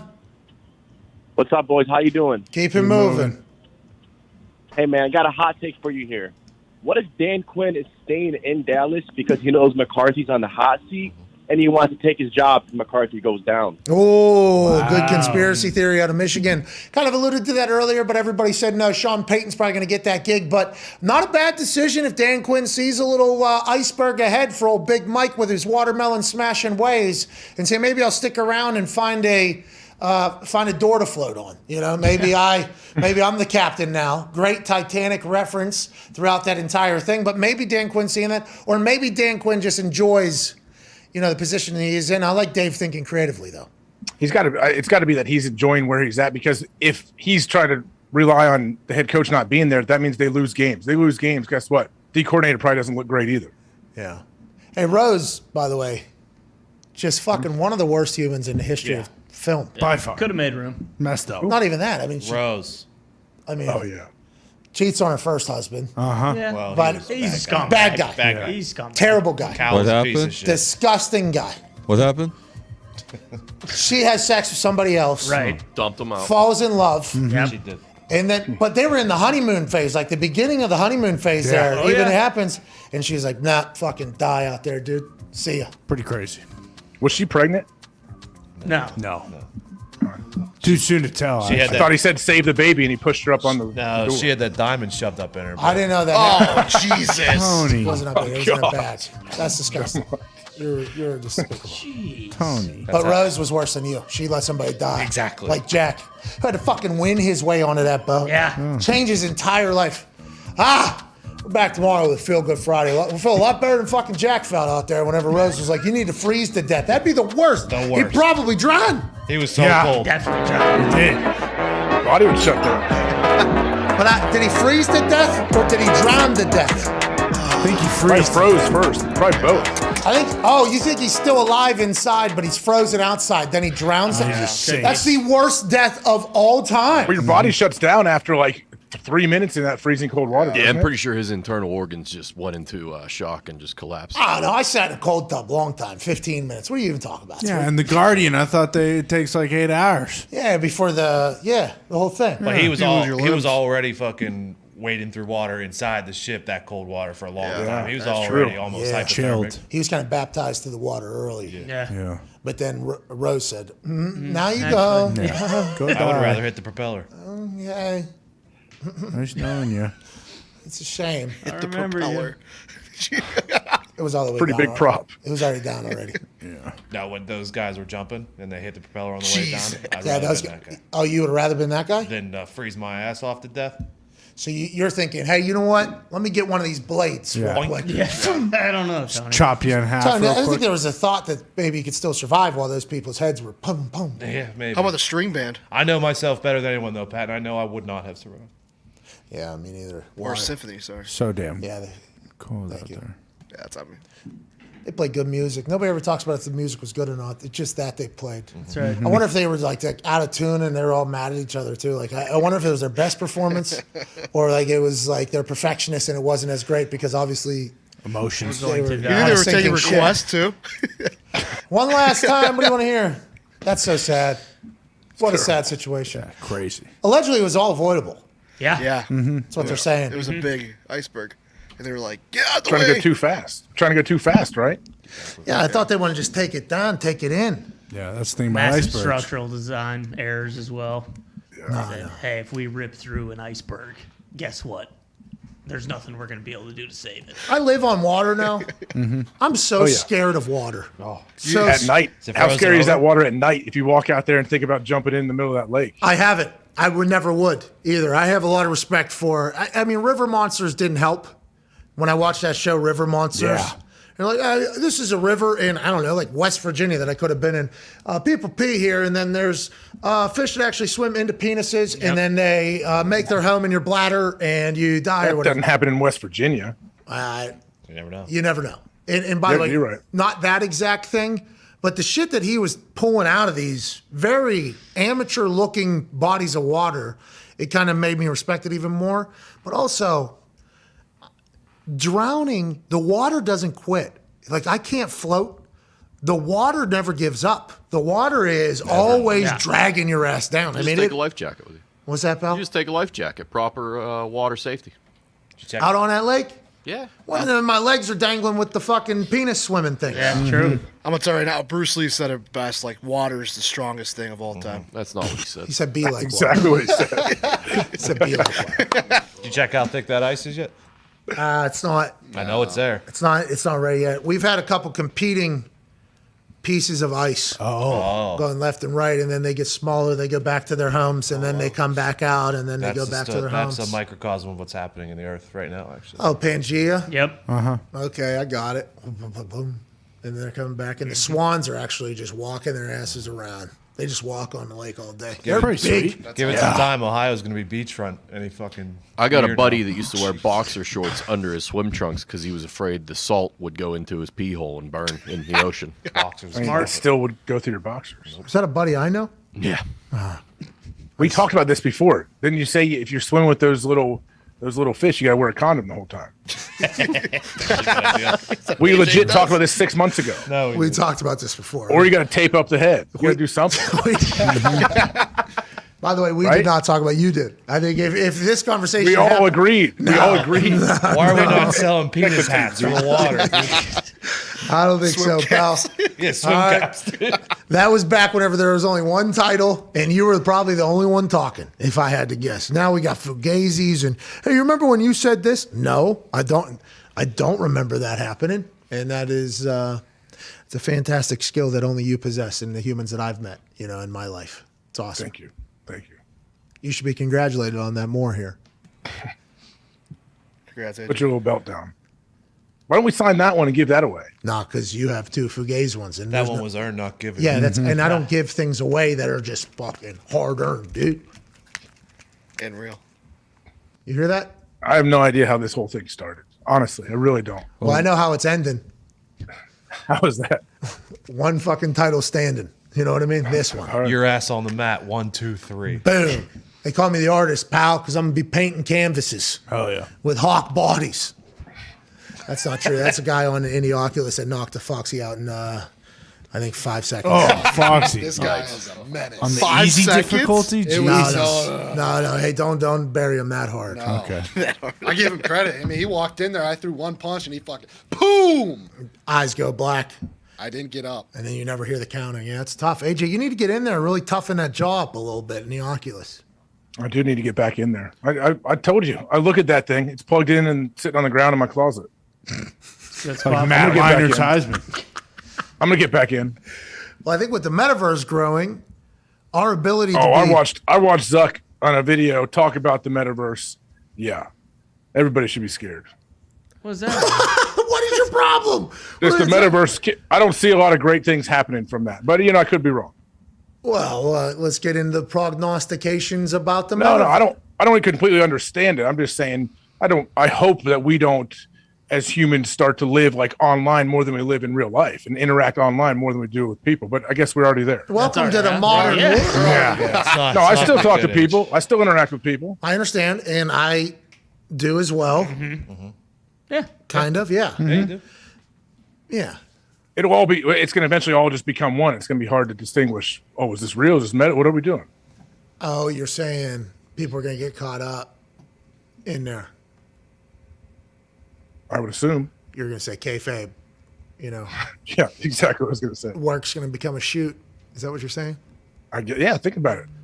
People are going to start making money in there, losing money in there, spending their time in there, living in there, taking it off, not being in there, being lost without being in there. Is that what you're saying? I guess. Huh. Ready Player One. You ever watch it? No, I told you. I think I saw the trailer for it. I know Good what movie. it is. I watch it. Good movie. Basically talking about, you'll watch it and be like, see, I knew it. That's what you're going to say. Because that is basically what Ready Player One is. They even have a treadmill, like a mobile treadmill that you can run and walk in that thing, where you just control yourself and you go to different places and do different things. Yeah, that's Ready Player One. It might be kind of cool. It might be all right. Maybe I'm not completely against it. So this guy has a room, basically, that's his house. And I don't think he's the only one. His house is like a tiny little space, just enough room for him to put that thing on, do his shit, and then sleep, basically. And he's not the only one. And then real life happens, and then it's a very good story. If that's how you feel like the world is going to happen with Zuckerberg's description of the metaverse. Takes place in Columbus. Yeah. Does it really? No, it doesn't. Yeah, it does. Yeah, it does. They probably said this is AJ Hawk's life in 20 years from now. Let's Mhm. write that thing. Yeah, it looks Was like it a fun? shithole too. Oh, it did look like a shithole. Yeah. Columbus is a beautiful city. That's why It is. I did not expect that. I did not remember it being in Columbus. Yeah. Hey, good movie. Yeah. It's Future very looks good. grim though, AJ. Spielberg. Stevie. That wasn't Steve, was it? Yeah, Yeah, well, it was. Stevie. Let's go to one more phone call here on the 5 Energy phone line. Can't thank Steven in Nashville enough. What's going on, Steven? Hey, hello? Pat? You guys can hear me?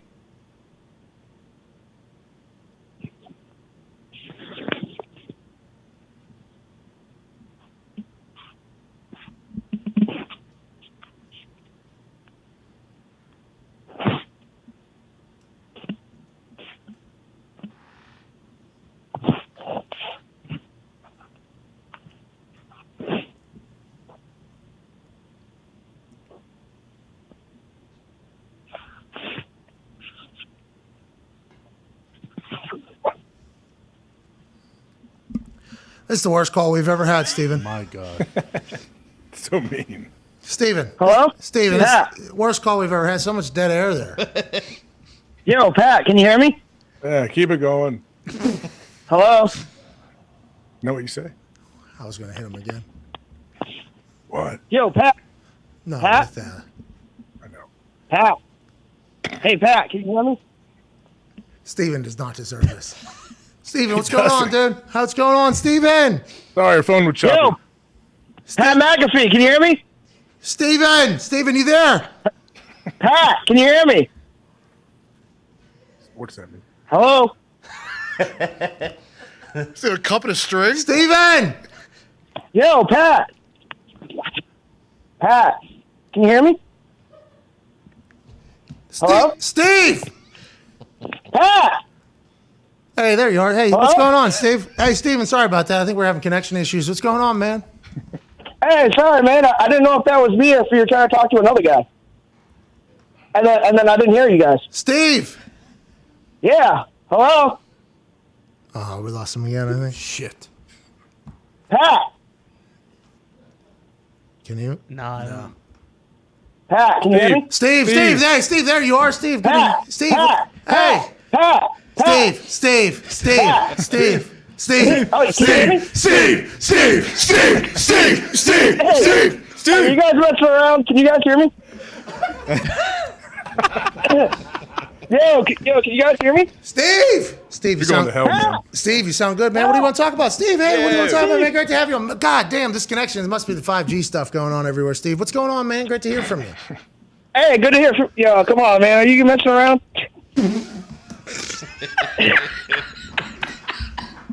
Oh, come on, Pat. Don't do this to me, man. Come on, I feel terrible. Steve!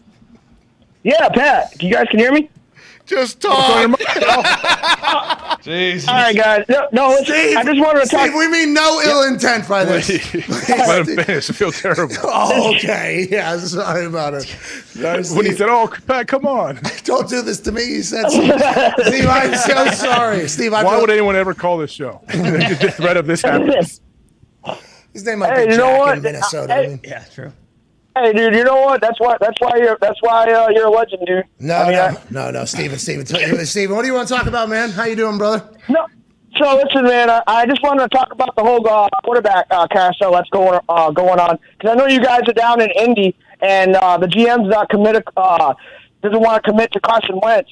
So do you think that they're going to go after like Aaron Rodgers, Tom Brady, Russell Wilson, Deshaun Watson? Are these any of these guys that are you hearing that they might go after? Steven, are you a Titans fan? No, I'm a Patriots fan, so I have to settle for Mac Jones. You have to settle. You don't like Mac Jones, Steven? Well, I mean, I don't mind Mac Jones, but the problem here is that like the kind of the media around here, depending on what station you listen to, they're kind of stooges. So you start asking them like questions of like who to bring in. They don't want like any receivers, and they start talking about how all these other guys that the Patriots brought in would do a better job than Mac Jones, and saying that he can't throw. Okay, all right. So I can see you get a little bit upset. Who would you like to see the Colts get? Do you want to see the Colts get Aaron Rodgers or Russell Wilson? I mean, either one would be fine if you're a Colts fan. Russell Wilson's younger, so he's got a lot more left in the tank. We don't know how many more years Aaron Rodgers has. Oh, Steven bringing the heat there at the end. Steven sounds like a passionate sports fan. Mm-hmm. I am very upset that there was a connection issue at the beginning of that. My headphones, I think we're hearing something different than everybody else's. Well, like you said, Credit to 5G. Steve. I mean, It's Credit to him for being able to ask a question after all that. Bro, what are you talking about? I tried to get him. I asked him numerous times. I'm with you. I heard. So I told you, 5G, man, it's messing everything up. Yeah. I love Steven, though. And hey, I apologize to whoever calls in and maybe gets that type of situation. Some stuff's for us. Yeah, that's tech, though. Come you never know on. what's going to happen. Yeah, and my ears, your ears. Yeah. We were just talking about Zuck, and then that happened. So Oh, you're right. It's time for us to end this show, though, I think. I won't talk about Zuck anymore. You should watch Ready Player One, though, I think. Yeah. Honestly. Okay. I'll check it out. Is it on Netflix? It's on HBO Max. Oh, okay.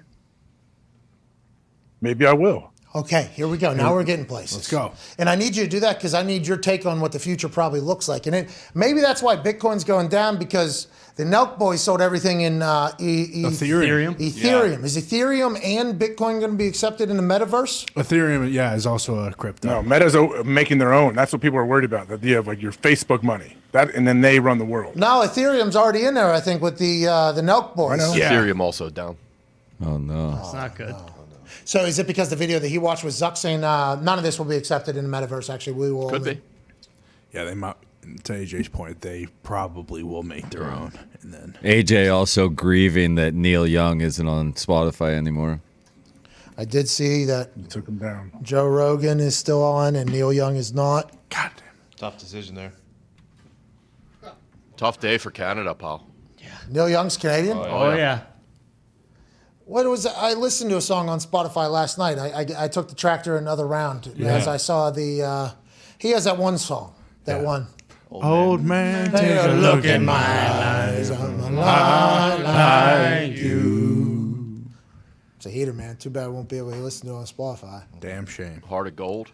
Is he on Apple though? Still? I would Keep on imagine. rocking in a free world. Yeah, a lot of people, Neil Youngers, have left Spotify for Apple. But Apple, you have to download the Spotify app from, right? Yes. So, ipso facto, are we? Yeah, you still have them both. Who are you? So is he, but also like Neil Young, I assume, has videos on YouTube. Rogan has clips on YouTube. Oh, no. Do you Yeah, take so your that's stuff out there? Google is, I guess, then. Yeah, that was only Spotify. Google hasn't drawn their line yet. Listen, I respect Neil Young taking a stand on what he believes in, doing his thing. But I also am a firm believer in you're allowed to disagree with people and you don't have to just fucking argue with everybody. You can just go ahead and move on. You just can't do it. But I will. Take a look in my eyes, like you. I'll tell you what, throw Rogan and Joe Rogan are a menace. That's right. I mean, a lot of shit has happened because of. Oh, yeah. I mean, what a wild time. I wonder if Joe Rogan, whenever he was like, all right, I want you to eat that cow's brain, was thinking to himself, in about 15 years from now, I am going to have, the podcast that is going to send ripple effects across the entire globe of anger and satisfaction at the same damn time. I wonder if that ever happens. While he's doing his round kick or backwards kick into that thing. Ah! Oh, yeah. I wonder if he's, one day my show is going to fucking really fuck some shit up with everybody. Everybody's going to be pissed. Everybody's going to be mad. Then people are going to act accordingly, and it's going to become an entire thing. I wonder if he thought about that. I don't. Was that the goal for Joe Rogan? I doubt he predicted that would be his future. Oh, he might have saw it in the Akashic Records. True. What? The Akashic Records. Mm-hmm. Oh, you're talking about the things that we learned in that one book. Oh, yeah. Hold on. Let me go back because the first two books, We Are the Universe and Something Now. Yes. Ram Dass. They have two different belief systems, but they kind of are able to come together. Mm-hmm. I remember that from the book club. That's right. Listen, the Akashic Records are fucking. It's a big deal. Very interesting. It's a big, big deal. Fascinating. I heard about it from somebody that read about it, and that is also happening a lot in the world that we live in. I got a lot of people telling me, that I'm a terrible person, and they are not MDs. So I wonder who they're listening to. Is everybody speaking to individual doctors and getting their takes on this entire thing? Possible. Everyone's a doctor these days. The only thing that's weird is that they're making the Omicron vaccine, but you still got to get the booster. Here he goes. That's because Delta's not dead yet. Okay, Oh, pal? okay. Delta's not dead I misread. yet. I misinterpreted that. Gumpy, please. My Jeez. bad. My bad. Gumpy asked this morning, why are they stepping on my reels, pal, on Instagram? They're hiding them. I'm like, have you ever heard, this is my actual statement, have you ever heard the words that just come out of your mouth? Like in front of a microphone? Is he shadow banned? Gump, you shadow banned? It appears my reels are not going very far on it. Actually, any clips on Instagram not getting very many views anymore. And Gumpy's Instagram has become dead. It's been a downward trend, which it can happen. I mean, I was... Yes, from the NFL. I forget which platform. Was it? Well, remember the NFL? You commented on one of their posts and they just wiped you off the map. Oh, yeah, they blocked me. They restricted me. The NFL restricted me as they blocked me from an account or whatever. Like I couldn't comment on something, basically. So I would, I'm not a big Instagram commenter, but I do believe Instagram is the most regulated by the algorithm. By far. App, by far. Like, I guess I have 1 million followers. That can't be real. On Instagram. Remember Cutler? I've had 1 million followers for however long it's been. It's like I've had 1 million followers for far too long at this point. Have I not gained anybody? Have I not lost anybody? I don't understand Instagram at all. I don't understand how it works, why it works. I'm not good at it. I think it's maybe because the way my face is potentially why I don't understand it. I think that is a part of it, you know. That might be a way it all goes. But there is some noticeable times where it's like, oh, they're fucking, nobody see me right Well, who owns Instagram? Oh, okay. You know. Come on. Meta. You know. AJ. I was asking. It's Meta. What were you asking? Who owns YouTube? Google, right? Yeah, Google. Okay. Instagram is who? You know. It's Meta. Meta, dude. Oh, Zuck. Oh, so you're saying, I think what you're... We're big fans of Zuck. We're big fans, so I'm sure no one will be shadow banned You just said anymore. We're you were singing going to his stop praises. talking about Well, it. I think also... I know. I'm speaking positive. I'm pumping him up. When we saw him with that, you remember? On the surfboard, the motorized Hydrofoil one? thing, yeah. Of course, you know the name of it. Yeah, you watched that video 400 times. No, I just know what I watched Laird Hamilton surf on hydrofoils. Like, they're sweet. Alexander Hamilton? Sure. Wow. Have you ever seen that show, Hamilton? Nope, but I have not heard one person say a bad thing about it. I know that. I have not. It must be very, very good. Listen, Aaron Burr, sir, big asshole. There's a bad thing. All right, that's a bad guy. Killed Alexander Hamilton. That's right. son of a bitch. God damn it. Spoiler. Okay. If you didn't Well, know just that. history books, dude. Dude, they've been doing it for a long time. But then who's writing it? You know, Victors. I mean, boom. Go the spoils. I do need to see it, though. Everyone says it's awesome. All right, let's get to fucking Hammer Down in 15 minutes. Let's get out of here. Zito said we must see this picture of Zucks right now. Yeah, there it is. There he is. Ooh. See, that's in real life. He's preparing, though, his body for the metaverse. Yeah. Exactly. Wait until his ass is just floating around in the sky of the metaverse. You strap in there, you leave your house on your little treadmill, boop, boop, boop. And as soon as you get out on the front, like, little patio there, maybe you get your... Maybe there's like an old school newspaper there. Yeah. And you sit down, and then all of a sudden, Zuck comes riding down the street for everybody. He's, welcome to the Metaverse. Today is Thursday, January 27th, 2022. Here are some features we have for you today. There is a yoga class happening down the street here. There's this. Have a good one. And then he fucking rides that thing off. Like, what if that's every single day? Like Tom from MySpace being automatically in your top 8. What if Zuck is your neighbor no matter where you live in the metaverse? And Zuck just comes out, hey, welcome to the metaverse. It is Friday, January 28th. And you can't mute Zuck. There is no mute Zuck option in there. What? That could be the case. Could be. There's a good chance that will be the case. Yeah. I think I that's think least I'm of gonna your move worries. in now. What? Getting groped by all the horn dogs on there. Well, Thanks, Bill. Jesus. That's what I'm worried about. What happens like when people can somehow they work it out to where through devices that people can get pleasured on there. People aren't going to ever leave. It's already happening, dude. How is this? What the hell? This is exactly what that. If Zuck comes out with some suck machine, there's going to be dudes who never leave that thing. Gonna be tough. about it. Tough You to know- leave your house and go to work when you can wake up, put on that suck machine all day. Yeah, that's what I'm saying, Pat. Like, you and I both know plenty of guys that will never leave their house. if that happens. 3 payments of $25. The Meta ZSM, the Zuck Suck machine, is now half off. Get a new one every 6 months. God damn it. Better clean that sucker out. I can't believe. I can't believe that is your immediate thought, by the way, when you hear about this. It's unbelievable. Nick said that. Didn't Nick say? Yeah, but you something said, about- yeah, like you were waiting for this conversation to get to Because this that's point. a real thing. It's a real fear I have. There's gonna be some people I never see again. I feel like if But that happens. I want to let you know, Dude, you'll still see General Bob. You don't have to worry about that. I just want to let you know, though, like there's people like me that would have never thought of that immediately, like you did. So there's a lot of people that heard what you just said for the first time there about the suck machine, and I'm sure they're saying, "Hey, thank you for opening our eyes to what could potentially be the terrible downfall of the metaverse. People just getting their dick addicted to the Zuck Suck machine, and that'll be something I never thought of. But maybe that is an unintended consequence of the metaverse. Out here. I mean, it is kind of already happened, and we've seen a couple of those videos going down where it's lawless in there. It is lawless. Oh, yeah. And we're not talking just suck machines. These guys are finding new and creative ways to really get their rocks off. That's something Zuck is going to need to address Quickly. yesterday. Yeah. Immediately. Oh, he's making a lot of money off it, though. All right, let's get out of here. AJ, really appreciate everything you bring to the table. Better get that thing patented. The If ZSM. he comes up with it. You said patented. Patented. He'll probably give away the recipe just like Elon Musk did to the Tesla. Once the AI has achieved full dominance over the human sexual fantasies, it will turn, and then it will come for blood. Ooh, that's bad. Okay. There's no chance. Is this every day of your guys' lives? Everything you hear, like, okay, here's the outright worst thing that will happen and can happen. That's definitely not the worst. What if people can start killing people on there? Oh, somehow? Jesus. I mean, that's impossible. definitely going to happen. What?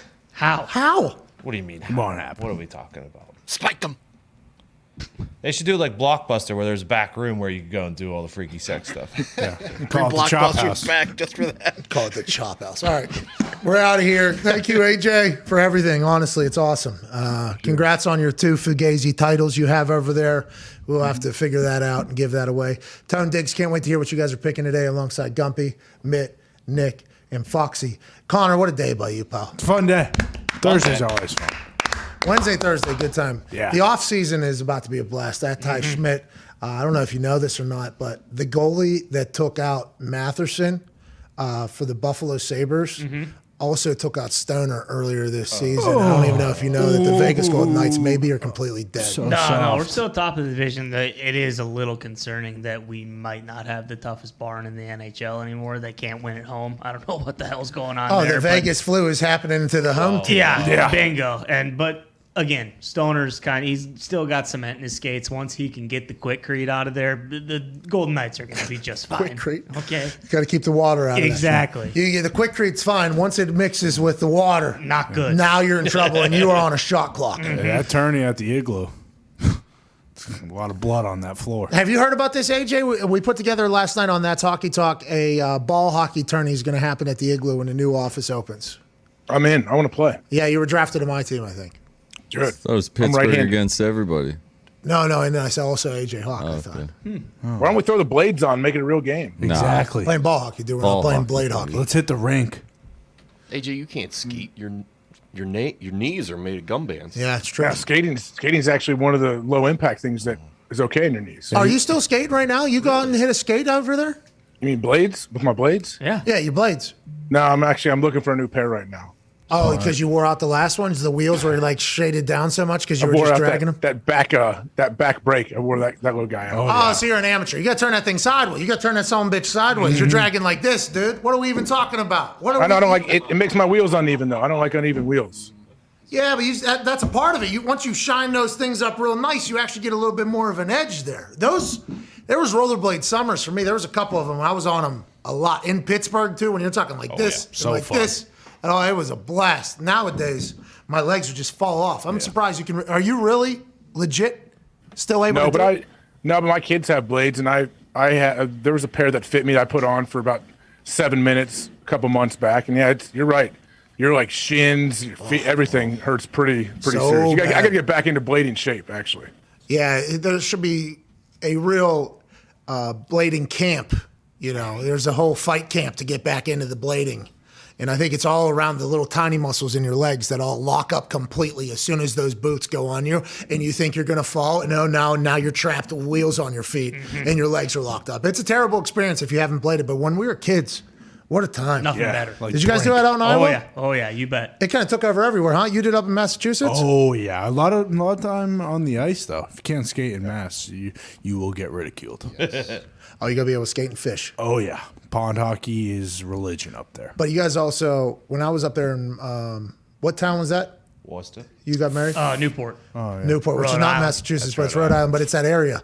They were a lot of sailors. I mean, there's a lot of sailors, like actual sailors, something I've never been around in my life. I saw people just dropping boats in there and then sailing off to their deaths in my head. Like, that son of a bitch is dead. That thing is so small, and they were going out so far, and there was a gloomy Well, you got to go to the worst possible place. Well, because it's water and Jack and Rose. That's right. That's basically what Jaws was based off of. Yeah, off the coast of Cape Cod. That, legitimately from Rhode Island all the way up till like basically, the north, to Gloucester, the north side of Massachusetts. It's all boating towns. That's shock territory. You can boat? Oh yeah, He was a part of can the yacht sail. club. Oh, yeah. I boat forgot club. you were in the yacht club. Boat club. Yeah, Yacht Club. YACHT, Yacht Club. it would have been a yacht club if it was on the ocean, but we only had a lake, so it's a boat club. I thought about that. How big's the boat I'm allowed on my lake? Probably like an N10. No, I think you can get a fucking Jerry Jones size yacht out there if you'd like to. Well, I was thinking about just blocking off Oh, just parking it sideways. a couple of them, maybe getting 3 of them. Pull an evergreen. Then you can make it a casino. Pull an evergreen. Ooh. Well, gotta think about that. Yeah, be a casino. You're a boat guy, aren't you, AJ? You love the water. Riverboat I pack. do love the water. I'm not a boat guy, but I do enjoy boats. Yeah, that's the thing. Like, good to have a friend with a boat. Don't have a boat, but have a friend that has a boat. Don't have a plane, but have a friend that has a plane. I'm like, yeah, but what if you need it? Might as well buy it. They call it a terrible investment. But the money, it's going to go somewhere. So Exactly. Might as well put it into that. It's not an investment. You're buying it for fun. You're not buying it for an investment. What are you talking about? True. If you buy a boat, like you're like, hey, this is I'm gonna have great resale on this. No, I'm buying it because I want to have a great time on the water. I think I'm getting a jet ski. I think I'm going to be a jet ski. You got to get 2 though. Yeah, You gotta get Sam get one for sure. Yeah, Kenny Sam would Powers. have hers. They're awesome. Jet skis are so fast right now. And they're legit. They're dangerous too. You can kill yourself. You need to wear a life jacket. You better wear a life jacket. You have for to. They real. got the ATVs now too. All right, that's the show. I will put on a life jacket when I'm on there. Do it because you get thrown off there. You're dong your head on the front of it. You'll be passed out. The life jacket will save you. It's a real thing. Thank you for caring about Not if me. you're face down. I was just gonna say you can still die. Yeah, with but a your life legs will jacket go on. down. You'll be bobbing like a. Yeah, my legs will go down Yeah. for sure. I can't float, but I'd most certainly be worried about the thing swimming in me though while I'm under there. Yeah. I fell off a jet ski one time in the ocean, and I had that's all I heard in my head. Literally, I never felt that before. And I was like, "Oh, a shark's gonna kill me right now." Okay, let me get the fuck back on this jet ski. I look like AJ Hawk's strength. I pulled myself up onto that thing. I'm like, "Oh my god!" I thought I was dead. I was not, and there was no sharks reported. Nice. You never know. Yeah, you never know. It's dark down there. All right, 15 minutes. Hammer Down starts. Let's get some winners today. Hell yeah. Let's try. And I do apologize to everybody for this 30 minutes conversation of nothing, but sometimes things are just for us. Steven in Nashville, I apologize, pal. Go Pats. Go Pats. For him. Not for you, though. You Not for me too. No, because you're sending messages to Jim Irsay. I'm not sending right. message to Jim Irsay, but if he doesn't fire Frank Reich, you guys are never going to win a Super Bowl. Jesus. All right, we're back tomorrow for a Feel Come Good on. Friday. Everything doesn't have to be terrible in this verse or the Sorry. metaverse. See you tomorrow. Thank you, AJ. Thank you, boys. Cheers. Bye.